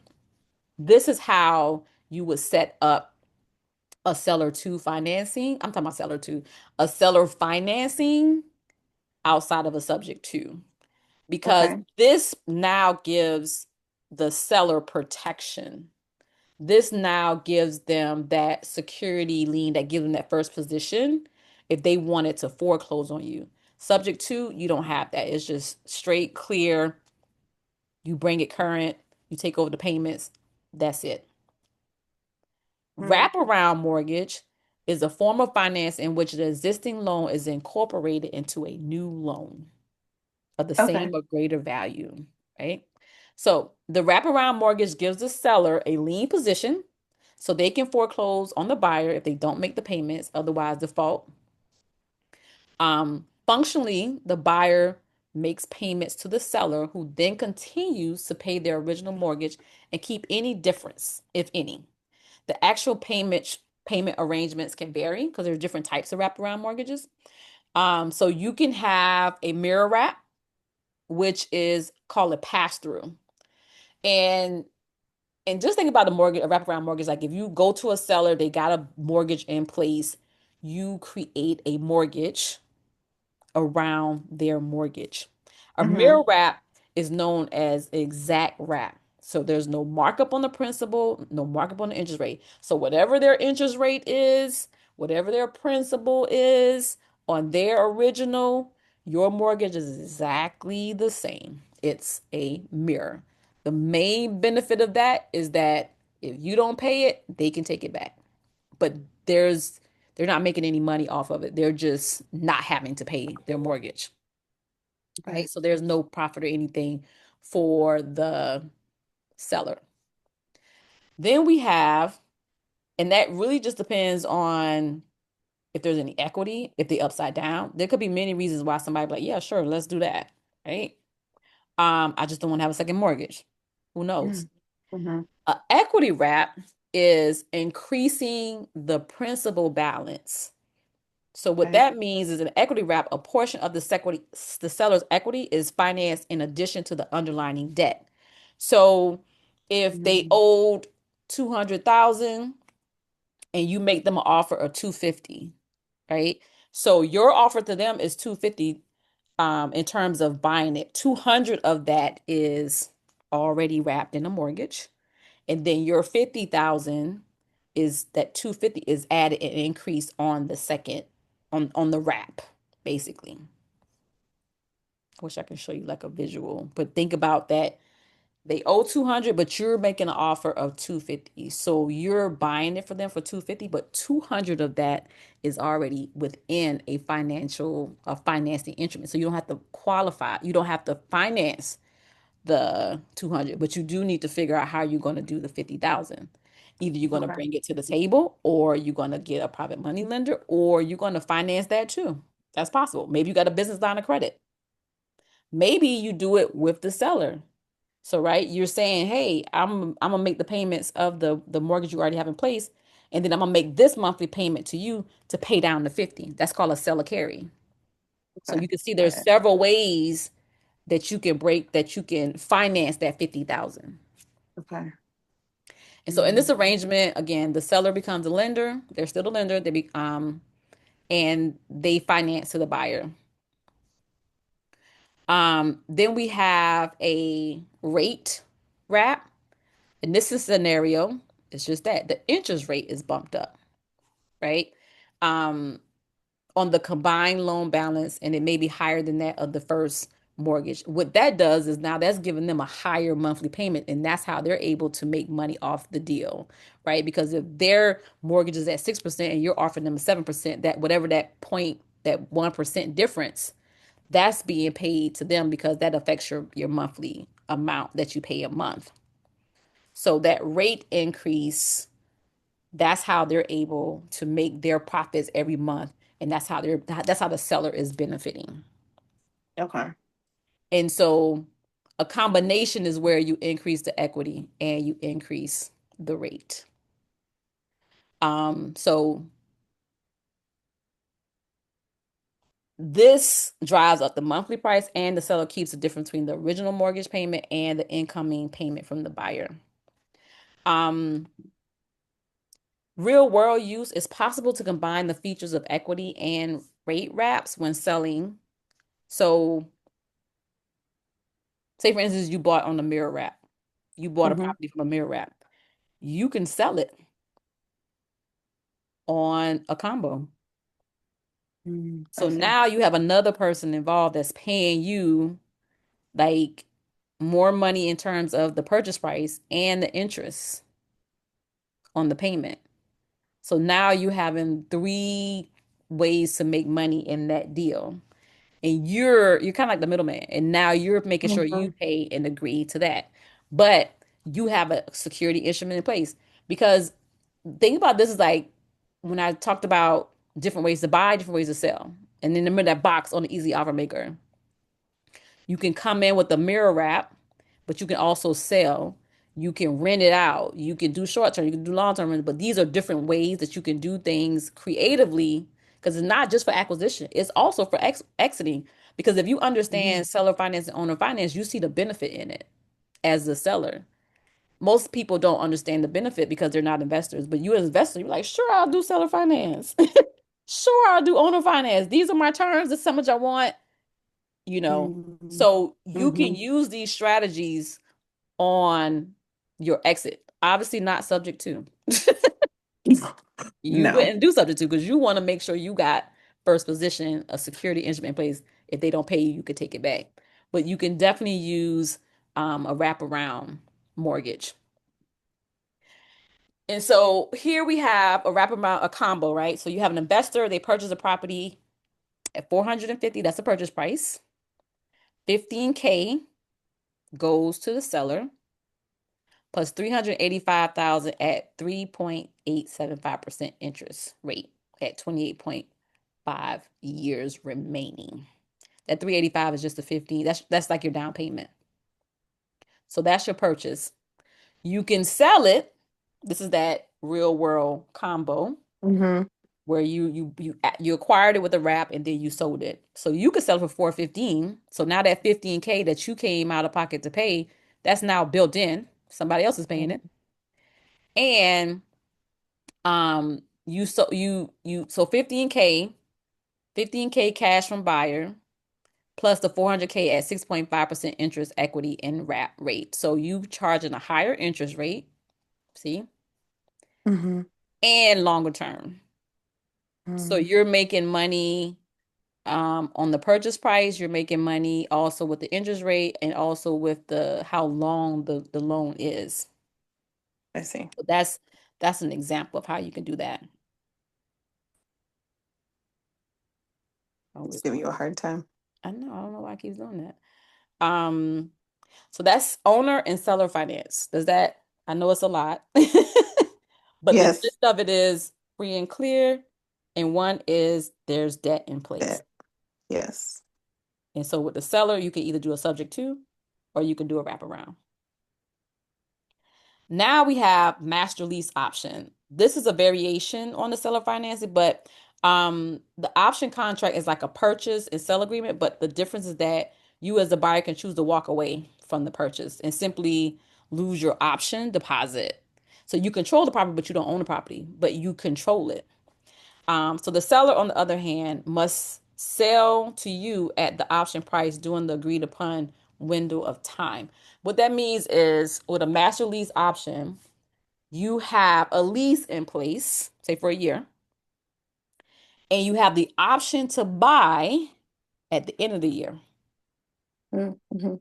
And you can either exercise your option or you can extend your lease or you can walk away. But you now have control over it because whatever you're paying the landlord, so to speak, you can charge more because you now control the property and you're making Mhm. money off of the property cash flowing. And so it gives you possession and the right to sublease it. So think about it like subleasing. The Okay. option and the master lease can be used separately at the time as a master lease option. You definitely want to make sure it's two separate documentations because you don't want it where if you void one, you void the whole deal. So if you do a Mhm. master lease option, a master with an option to buy, you want to make sure it's two separate agreements. And you could do a lease for 2 or 3 years. It's just you can negotiate this with the seller because maybe there's somebody that's renting their property and maybe they're a tired landlord and they're tired of renting, they're tired of being responsible for screening tenants, repairs, maintenance, move-ins, and move-outs. You come in as an investor, like, I'll take care of all that, and I'll give you your rent, right? I'll take care of maintenance and repairs. Now, any big like capital expenses, like major repairs, they have to do roof, any Hmm. replacements, they still have to do that. But you coming in and taking care of the day-to-day operation. You can Okay. see if you're a tired landlord, this would be a great opportunity. Sure.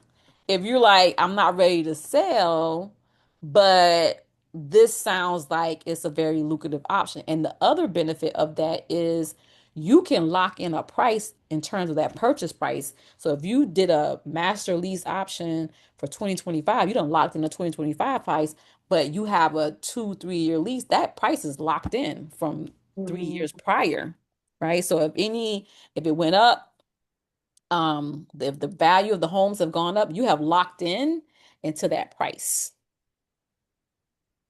Mhm. Again, you don't have to qualify. This is agreement between you and the seller. I mean, the owner of the property.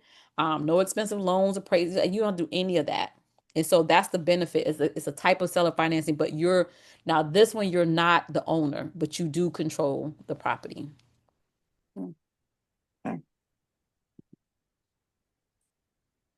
And I want to I thought I had an example in here. Hold on.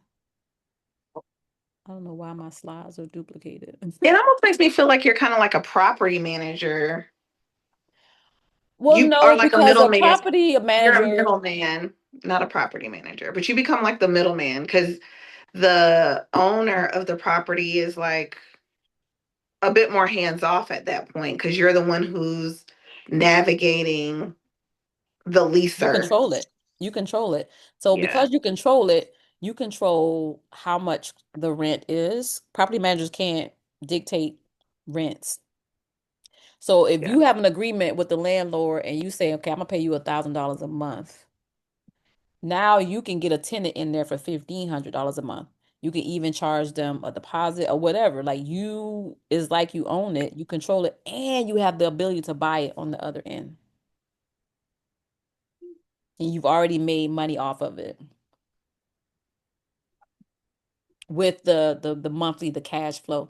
But again, the key to that is being able to control the property and dictate how much you want, because there may be a market. Say for instance you see a property and you're like they charging, they're not charging a lot for the rent, and it may be because it need work and they don't want to do it.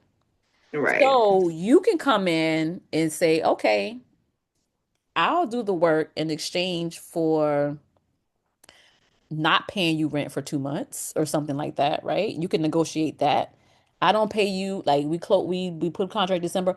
My first payment is not till June or something like that, or Hmm. however you want to do that. So you're fixing the property up. But again, keep in mind you want to make sure in terms of what you're putting in, so you're not going to go in with $100,000 Right. because you don't Right. own the property yet. But you can probably do the minor little things, that little small Like a like little paint, facelift, just a little little facelift, things. just a little boost. Yeah, that can easily take your rent from 1,000 to 1,500 Okay. easily, you know. So you have the ability, you have the power to do that, and that can make the difference between the low rent that they're charging and now they can get market. If you see a property that's listed under or rented under market, that's a flag like, ooh, how can I get into this and make a deal and be able to make money off this? And you may not, and this is something that you may like, maybe you're like, well, I'm not ready to pull the trigger on buying just yet. This is Hmm. another great way to get in there, get into an opportunity, get under contract, and be able to start making money in an investment, because the master lease option is an investment. And Okay. so you could just make the little tweaks that need to be done, that the tired landlord is like, I'm not doing nothing. And because you understand the market, you're like, man, all they needed to do was do this and boom, you know. But maybe they don't understand Hmm. that, especially these older Yeah. landlords. They've been doing this since 1900s, the early 1900s, Literally. Yes. and they're not even like nothing is digital. They're doing everything on paper. They're not tracking the rents. They're not doing any of that stuff. So you come in with your knowledge and sophistication, you can really turn something in, that's not really working because it's poorly managed. You can come Mm-hmm. in with your skills and be like, oh, I can make money this way. Mm-hmm. Okay, I And it's feel a you. win-win, right? They're getting their money and they don't even have to deal with the hassle, and you're making money as well. Okay. So next we have private and hard money lenders. So private money lenders or private money partners. These are individuals offering loans. And this is the big difference between private and hard money lending. So private money is they're not in business to lend money. This could be a friend, this could be a coworker, this can be someone you meet at a networking event and they're lending money. But then you have hard money lenders, and these are actual companies that lend you money. These types of lending options are good for short-term deals or like fix and flips. You want to get into a deal quickly. You're typically going to pay more for hard money. You're typically going to pay more for that, but you're paying for the ability to get the money quick and to be able to take a deal down and make money off the deal. And so private money,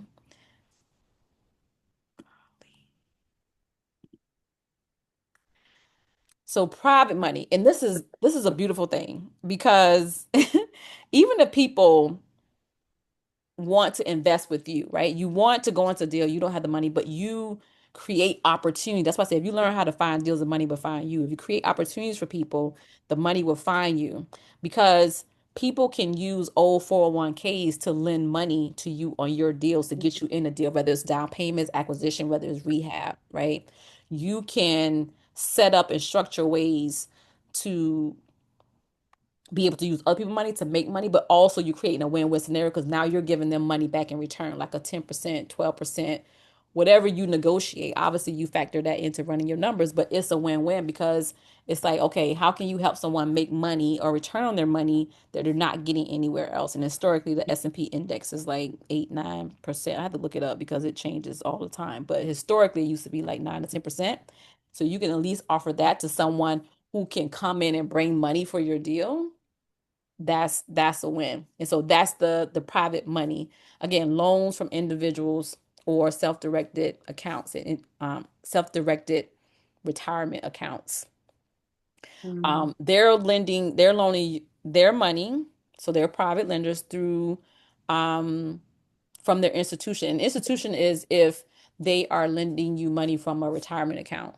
Mm-hmm. Traditional 401ks and IRAs and Roth IRAs, you can only invest in stock, bonds, mutual funds, right? You're limited to that. And 401ks, you don't even decide what you're investing in, the company does.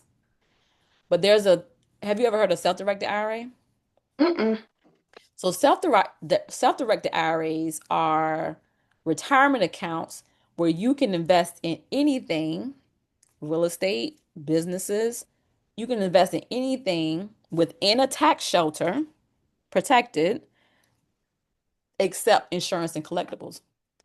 So how this works for someone you may know, you may be talking to someone, it's like, oh, um, how many people you know that have, or you may have this yourself, you have old 401k accounts, you don't left a job and it's just sitting there, it's not making money, it's not earning money, it's not doing anything.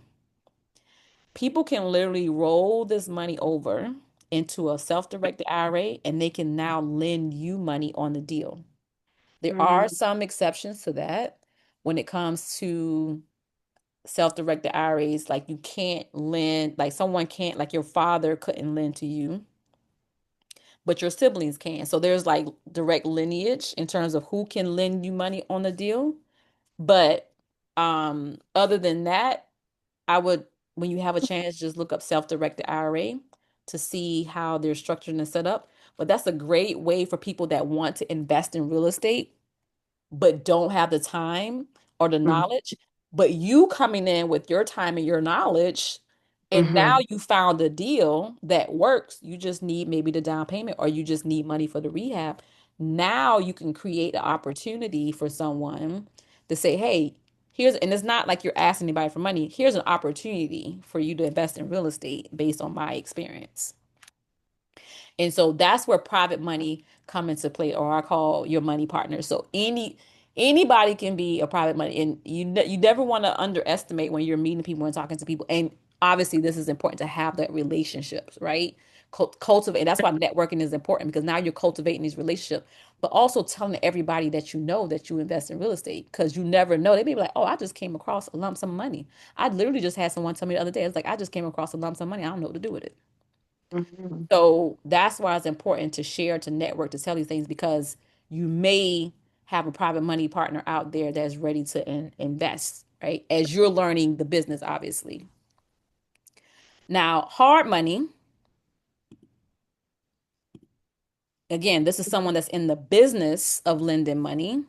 Very similar, except, okay, the business. So, hard money loans, sometimes called bridge loans, they usually have shorter term. Have you heard of hard money loans before? Just in passing. Okay. And a lot of times these are used for like fix and flips because you can get quick access to money. They'll fund the acquisition, they'll fund the rehab for you. And it's based off the ARV, not the as is fair market. It's based on what the property could be sold for. And so that's the benefit of that. And when you go to these networking events, there are always going to be hard money lenders there. The thing is, Mhm. what's your interest and how many points? Them the questions you want to ask. How much you charge me for this money and how many points and what's your draw process? The draw process is a lot of times if they give you the money for the rehab, they're not just going to give you the money up front. You have to like basically do the work and then they reimburse you. Okay. So those are the three questions you ask when you're talking to hard money lenders. But these loans are, again, they're most often used for fix and flips or burrs. And usually the property condition wouldn't qualify for a bank loan. It's easy to qualify. The property qualifies the deal, again, like a DSCR. They're fast, simple, easy. Oftentimes they can close in like 7 days, close really fast, get you in and out. Some of them, again, they have loans where, say, for instance, you're like, well, I want to do a rental, I want to do a fix and flip to a rental. They have several products to help you bridge from a hard money over to a rental once the property is fixed up. So there's several properties that can help you with that. The main thing, again, high interest rates and fees. So you got to be very clear on your exit, what you're going to do with this property, how you're going to do it, your scope of work, what you're going to have done, and be able to, again, have that written out and clear about that because you're being charged with the money. Most of the time is interest only payments, which means you're only paying interest. You're not even paying on the principal. But that could be a benefit because it keeps your holding costs low, Right. but you're only paying interest. Right. That So you really principal try to keep does that you want to low. get in and out. And most of them have short terms anyway. They have 3, 6. They're now getting there to like 12. Obviously, you don't want to be anything too long because again, interest only, right? Right. It will compound. Okay. Yes, Hmm. exactly. So that's hard money. So as you can see, in terms of what you want to go for, like obviously private money would be ideal, but there's also hard money out there too. Because with private money, you can negotiate lower interest rates, you can negotiate longer terms, and you have more flexibility than with hard money. But just know these are all the options that you have to get into a deal. And also the hard money is considered when you see people do like cash buys, that's hard money is considered cash too when you see cash purchases. Um, Other ways that you can buy, get into deals, partner, this is not right. This is supposed to be partnerships and joint ventures. I don't know how Oh, you okay. describe. Okay. But this is another way to get into deals. And essentially, what partnerships and joint ventures is you're partnering with another investor to be able to close on the deal. Obviously, that going to bring down your acquisition and how much you have to bring to the deal for the acquisition as well as the rehab. But again, this is a relationship-based business. And just like any other relationship, if you go into business with someone, a partnership or a joint venture, you want to make sure that y'all goals and y'all business and how y'all do business is very much aligned. But that is a great way to get into a deal with less. I mean, you need money, right? But now you're partnering with someone else to be able to do that deal and being clear about who's going to do what in terms of roles. You could partner with someone and maybe they're only the money, and that's okay. Or maybe you going in with someone, another investor and it's like, hey, you're taking care, you're working with the contractors to make sure they're doing their scope of work, or you're making sure, if a subcontractor come in, making sure that's done, or you making sure we got the supplies that we need, we doing the inventory, whatever needs to be done. You're setting up maybe the asset management once we cross over to the other side and we've done what we're going to need to do for the project, and now we're renting it out. So being very clear about who's doing what and have it in writing. Have it in writing, but it's share ownership and profit, and also what the breakdown is going to be if you're sharing the profit. Is it 50-50? If it's 60-40? If someone's coming with all the money and you're coming with managing the deal, maybe it's a 60-40. Who knows? But having that written out and clear is very important. Making sure alignment of goals and clear communication. I'm sorry, I don't know why it keeps doing this. um, I don't know. Hold on.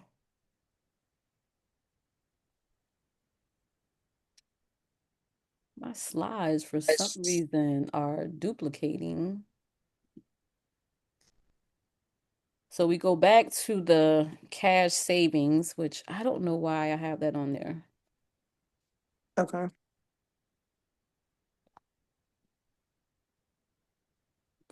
We'll come back. We'll come back to that. I don't know why that's on there. But here we have a HELOC. If you had a property, you could use a home equity line of credit, which you've had a property before. Some people use HELOCs. And this is great too if you get an investment property. Now, it's very difficult to find a bank that's going to lend you or give you a HELOC on a property that's in your LLC. I'm going to tell you that now. But if you had a property, a primary property in your name, you can get a home equity line of credit to be able to invest in a property. I don't know if you started listening to the Bigger Pocket Rookie podcast, but there was one guy that got started in real estate investing. His parents took out a HELOC and to help him get into his first deal. So a HELOC or any type of line of credit is a way for you to help you get in, whether it's the acquisition cost, the down payment cost, or the rehab cost. Something to consider when you're doing your deals, and that kind of goes into like um, the cash purchases. And here's the joint the partnership and joint slide, which we've already gone over. But again, combine resources and with other investors, share profits and risks, leverage complementary skills. So finding partnering with someone who is maybe strong in areas that you are not strong in. Doing a cash out refi. This is kind of like a rinse and repeat type of thing you could do when you're getting into deals. And so is the equity, you take out the equity in the home. It involves borrowing an amount based on the mortgage value of an existing property and using the surplus funds for other investments. So this Okay. approach can provide a financial boost and is considered one of the top real estate financing options available, especially like once you start getting to your first deal, you get to your next deal, you can potentially do cash out refis to get the money to now get the other deal, kind of like rinse and repeat. And this is kind of along the lines of the Burr strategy. A lot of people saying Burr is dead because interest rates are so high, but you may find an opportunity where the Burr method may work. So Burr is an acronym, and it stands for buy, rehab, rent, refinance, and repeat. It's a real estate investment strategy that involves buying a property, fixing it up, renting it out to generate income. And the goal is to build equity in the property once you fix it up so you can buy another undervalued property. So you buy it, you repair it, you rent it out, you refinance it. So you keep the property, but you refinance it, pulling the cash out, Mhm. because now you've added value to it. So now it's worth more. You pull that money out and then you buy another property. Some tips for each stage of the Burr method includes finding finances that works for your situation, Mhm. selecting the right property, making the most valuable improvements, finding the perfect tenant, and shopping around for the cash out refi. So think of it as like this. You buy a property, it's undervalued, you do the fix and flip, you find a tenant in the property and do a cash out refi. Now, why people were saying that it could be dead is because, say for instance, you have um a hard money loan, it's high interest, you need to refinance to get out of that, right? But interest rates, people were when this was working, interest rates were low, right? And so people were able to do this, finance it and refi and get into another good deal. But as interest rates was climbing, you don't want to refinance into a higher interest rate. Right. So people were Right. kind of stuck with this strategy and not being able to repeat this, or if they were in a hard money situation, they couldn't necessarily get out of it. And now it's like they could potentially lose it because now they can't refinance it for whatever reason. So it's important when it comes because the BRRRR encompasses the acquisition and the refinance on the end. There's a lot of things in between that you can't predict, right? Hmm. Which in all of this. But you have to be able to say, okay, I hope to make, and that's where your AIV come into play. It's like, oh, once I fix it up, I can sell, I can refinance and get this amount out of it, right? And so being able to have a clear picture and a clear understanding of that is very important, but also know, okay, what is my exit strategy on the other end of this? And so again, there was a time where the Bird method was like people were like knocking it out. But as interest rates were climbing, it wasn't necessarily a strategy that people were implementing.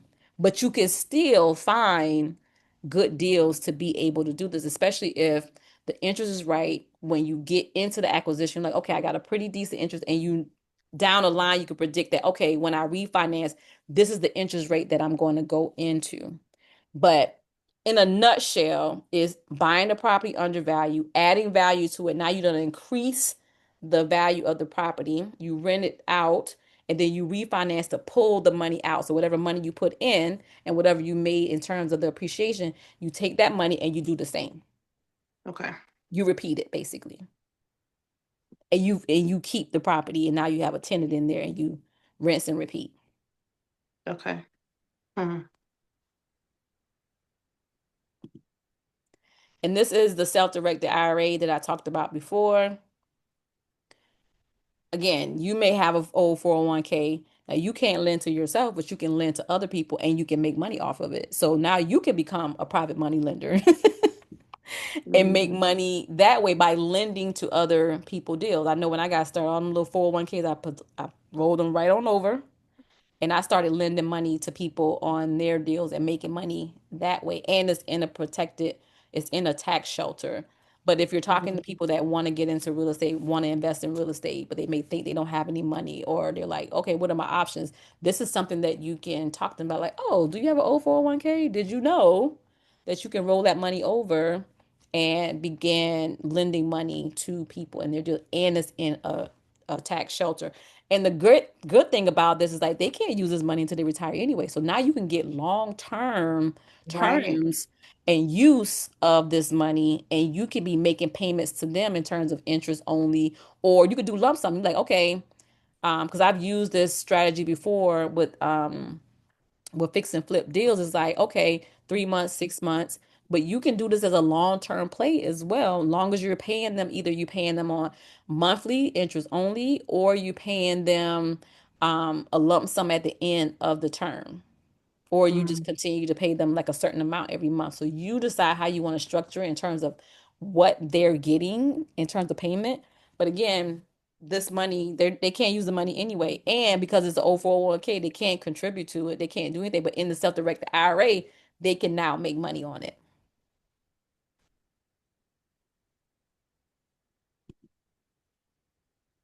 So I know this is a lot.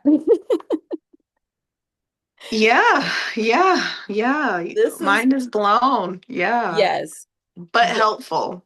Yes. The biggest takeaway is there's more than one way. Yeah. That's the biggest takeaway. You're not limited. And as you are running numbers, as you are looking for deals and looking for properties coming through that deal funnel, we can have the conversation of like, okay, let's run the numbers. What's your exit strategy? What do you want to do with the property?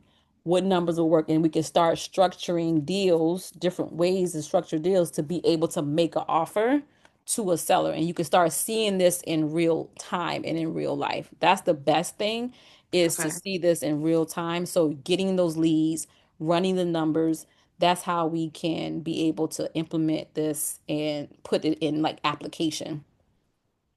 But so the buying strategy is owner financing, subject to or wrap around. These are seller financing, just to kind of sum it up. So you got owner financing, seller financing, lease option. You could do a house hack, you could do a burr, cash. This is just essentially hard money. Mhm. And then you have traditional selling strategies, and these are your exits. You can rent it short term, mid term, long term. You could do another lease option. You can have a lease option and do a lease option with somebody else. You can stack it. Owner financing.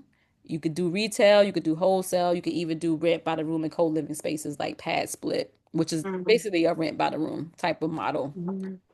Um, so these are the different strategies in terms of coming into a deal and creative ways that you can come um, into a deal. Just some tips for using creative finance. It's crucial to build relationships with lenders, hard money lenders, private money lenders, other sellers, and other investors. It's important to understand the seller's motivation.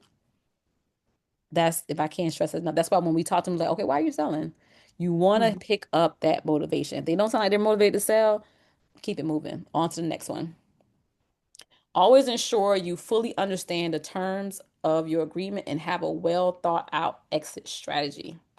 Creative finance can be very powerful, profitable and powerful, but only when you execute it carefully. And you can also stack. You can stack. So just to give an example, we're almost done. Okay. This went over longer than I thought.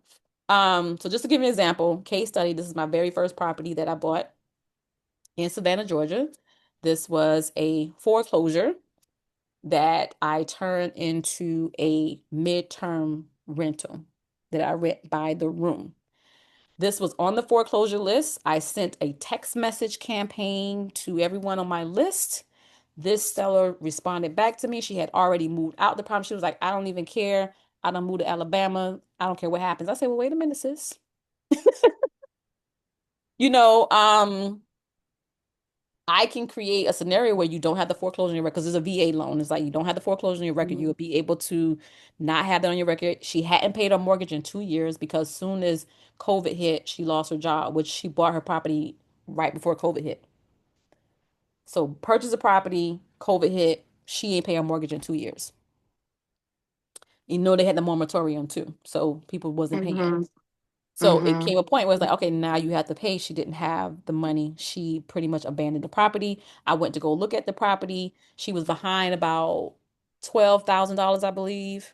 So, but because she only been in the house 2 years, there was no equity. Mhm. So essentially, I offer her the 12,000 that she, not offer her, but I agreed to Bring bring the it current. foreclosure, bring it Mhm. current. And then I offer her $3,000 to help her move. Okay. She owed, I think, like 200,000. That was the mortgage that was in Okay. place. So I did a subject to. I bought it current at the closing table. I first offered her 1,000. She counted with 3,000. So at the closing table, I had to bring 12,000, which was just private money that I use. 12,000 plus the 3,000, which was 15,000, and I just took over the payment. So I essentially got this property for $15,000, and it was the monthly uh, the mortgage, the PITI was like 12.95, and I was cash flowing $3,000 a month as a midterm rental. And I spent about $10,000 to furnish it. So all in, I'm about $25,000 into this property, and this is the property that I'm sitting here talking to you from today. Hmm. So that's a subject to scenario. This is another foreclosure in Atlanta, Kirkwood area. Um, and so with this property, same thing, sent the text message. The owner, I actually helped her save the property. Save the property. 2 months later, she's back on the foreclosure list. She's 50,000 behind. Mm-hmm. So it's a little bit more money. Mm-hmm. And so I got it under contract. I think this was like 190 something as well. So she had a mortgage of 195. Now this one has significant amount of equity in it, right? And so she had about 40,000 in equity. So what we did was I got a partner, number one. I got a partner Okay. on the Yeah. deal because 50,000 was a nice little chunk. So I got a partner for the 50,000 to split the to bring it current. The 40,000 equity, we did a subject to, so we just took over the mortgage, left the mortgage in place, made the payments, and then our agreement was at the when we sell the property, we're going to give her the 40,000, right? Okay. Now, the rehab was 150,000. So now that's split between me and my partner. Again, our contractor took credit cards. I Okay. use business credit. That's what I was talking about business credit earlier. I use my business credit card to pay him. So again, I'm not using my money in this deal. Okay. So subject to what the seller carry, 150,000 rehab. I think we got this property. I think I got it under contract for like 195,000. You add the 150 to that, almost at 360, something like that. We sold this for 550. So this was a Okay. six-figure flip, and this was my first fix and flip. I made six figures. I'm sorry, I made $97,000 on this deal. Once everything was paid off. That's profit. Mhm. I see. I see. And no, and I didn't have any money in the deal. I didn't bring no money to the deal because I use private money. I was in California working a contract, and I was telling everybody I'm a real estate investor, and I got this really great deal. And I didn't even know these people. I went wine tasting with my coworker. She was training me, and she had bought a friend. The two of them gave me $20,000. So that was my portion for the Mhm. acquisition. I gave them a 10% return after 3 months. So that was my acquisition. Business credit card was my rehab. No money in the deal, and I walked away Mhm. with 97,000. And they walked away with profit too. So after everybody was paid 97,000. And the seller got 40,000 I mean the owner got 40,000 as well. First fix and flip. So just let you know it's possible.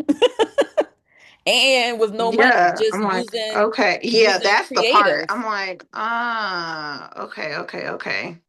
These are Okay. real life examples.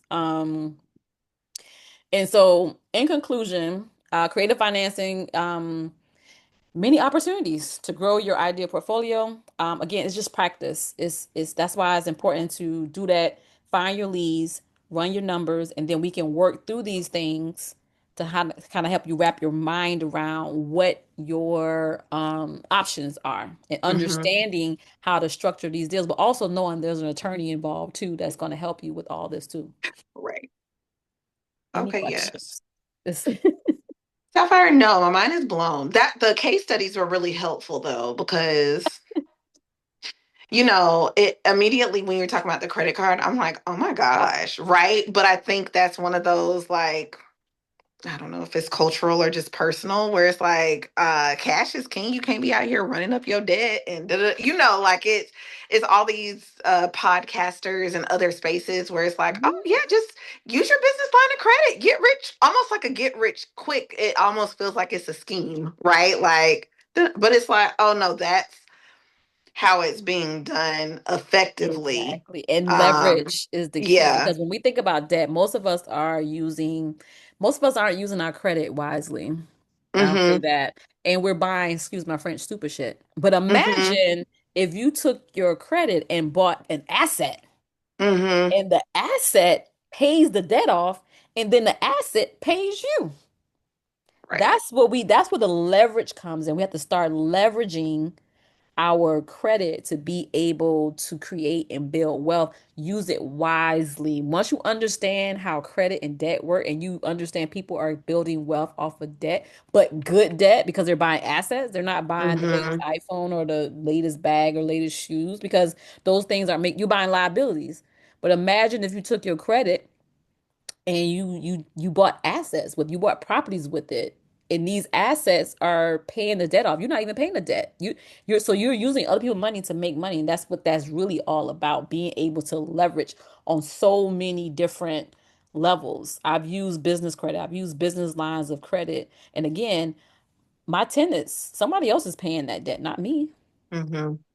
And eventually that debt's gonna be paid off, and I still have the asset. Mm-hmm. So it's a powerful, powerful tool to, let me bring this back up, Mm-hmm. to be able to, again, and that 97,000 I used, that was the money, a part of that money, I used that to get to use as a down payment for my DSCR loan. So now you're being able, because fix and flip, like my thing was always buy and hold. But if I always say the numbers dictate the deal. So if I run the numbers, say for instance, you run the rentals and it's like it don't work, but maybe it works as a fix and flip. So be it. Because Mm-hmm. now you got capital. So now you got capital for a down payment for a DSCR type loan, or now you got money to buy several properties. Because that 97,000, I can take that and get several properties with that. Mm-hmm. So the numbers dictate the deal when it comes to me. But at first I was like, I'm not doing no fix and flip. And my first fix and flip was a full gut. I say, well, Jesus Christ, a full gut. My first one. When I first started, I was like, no, I'm not doing that. No, a full gut, girl. So it Okay. can be done. It is possible. There is risk. Obviously, this is not like, Mm-hmm. oh, I'm not trying to sell you on the like, there's obviously risk involved. But I believe firmly when you understand what you're doing, when you get the education, when you read the book, when you practice, you run your numbers, you do the work, then that's how you mitigate your risk. That's how you Mm-hmm. reduce your risk is knowledge, understanding, you know, connecting with people. Someone referred that contractor to me using that contract, and I had challenges with that contractor, Jesus Christ, but it still worked out on the other end. And I ran my numbers so conservatively, I didn't even, I was thinking I was gonna sell it for like four something, but it sold for 559, 529. I forget what it sold for again, but it sold for way more because I was running my numbers conservatively. Right. Right. So that makes a difference. You can see when you run your numbers, if your numbers aren't correct, you can pay too much for a deal. So it's important that you Mm-hmm. understand or have that number, analyze and run those numbers. That's why I tell you to practice those numbers because that can be the difference between you paying too much for a deal and losing money on a deal if you Mm-hmm. don't have your numbers correct. Okay. Okay. This was helpful. It's got to marinate, but Yeah, I know you yes. got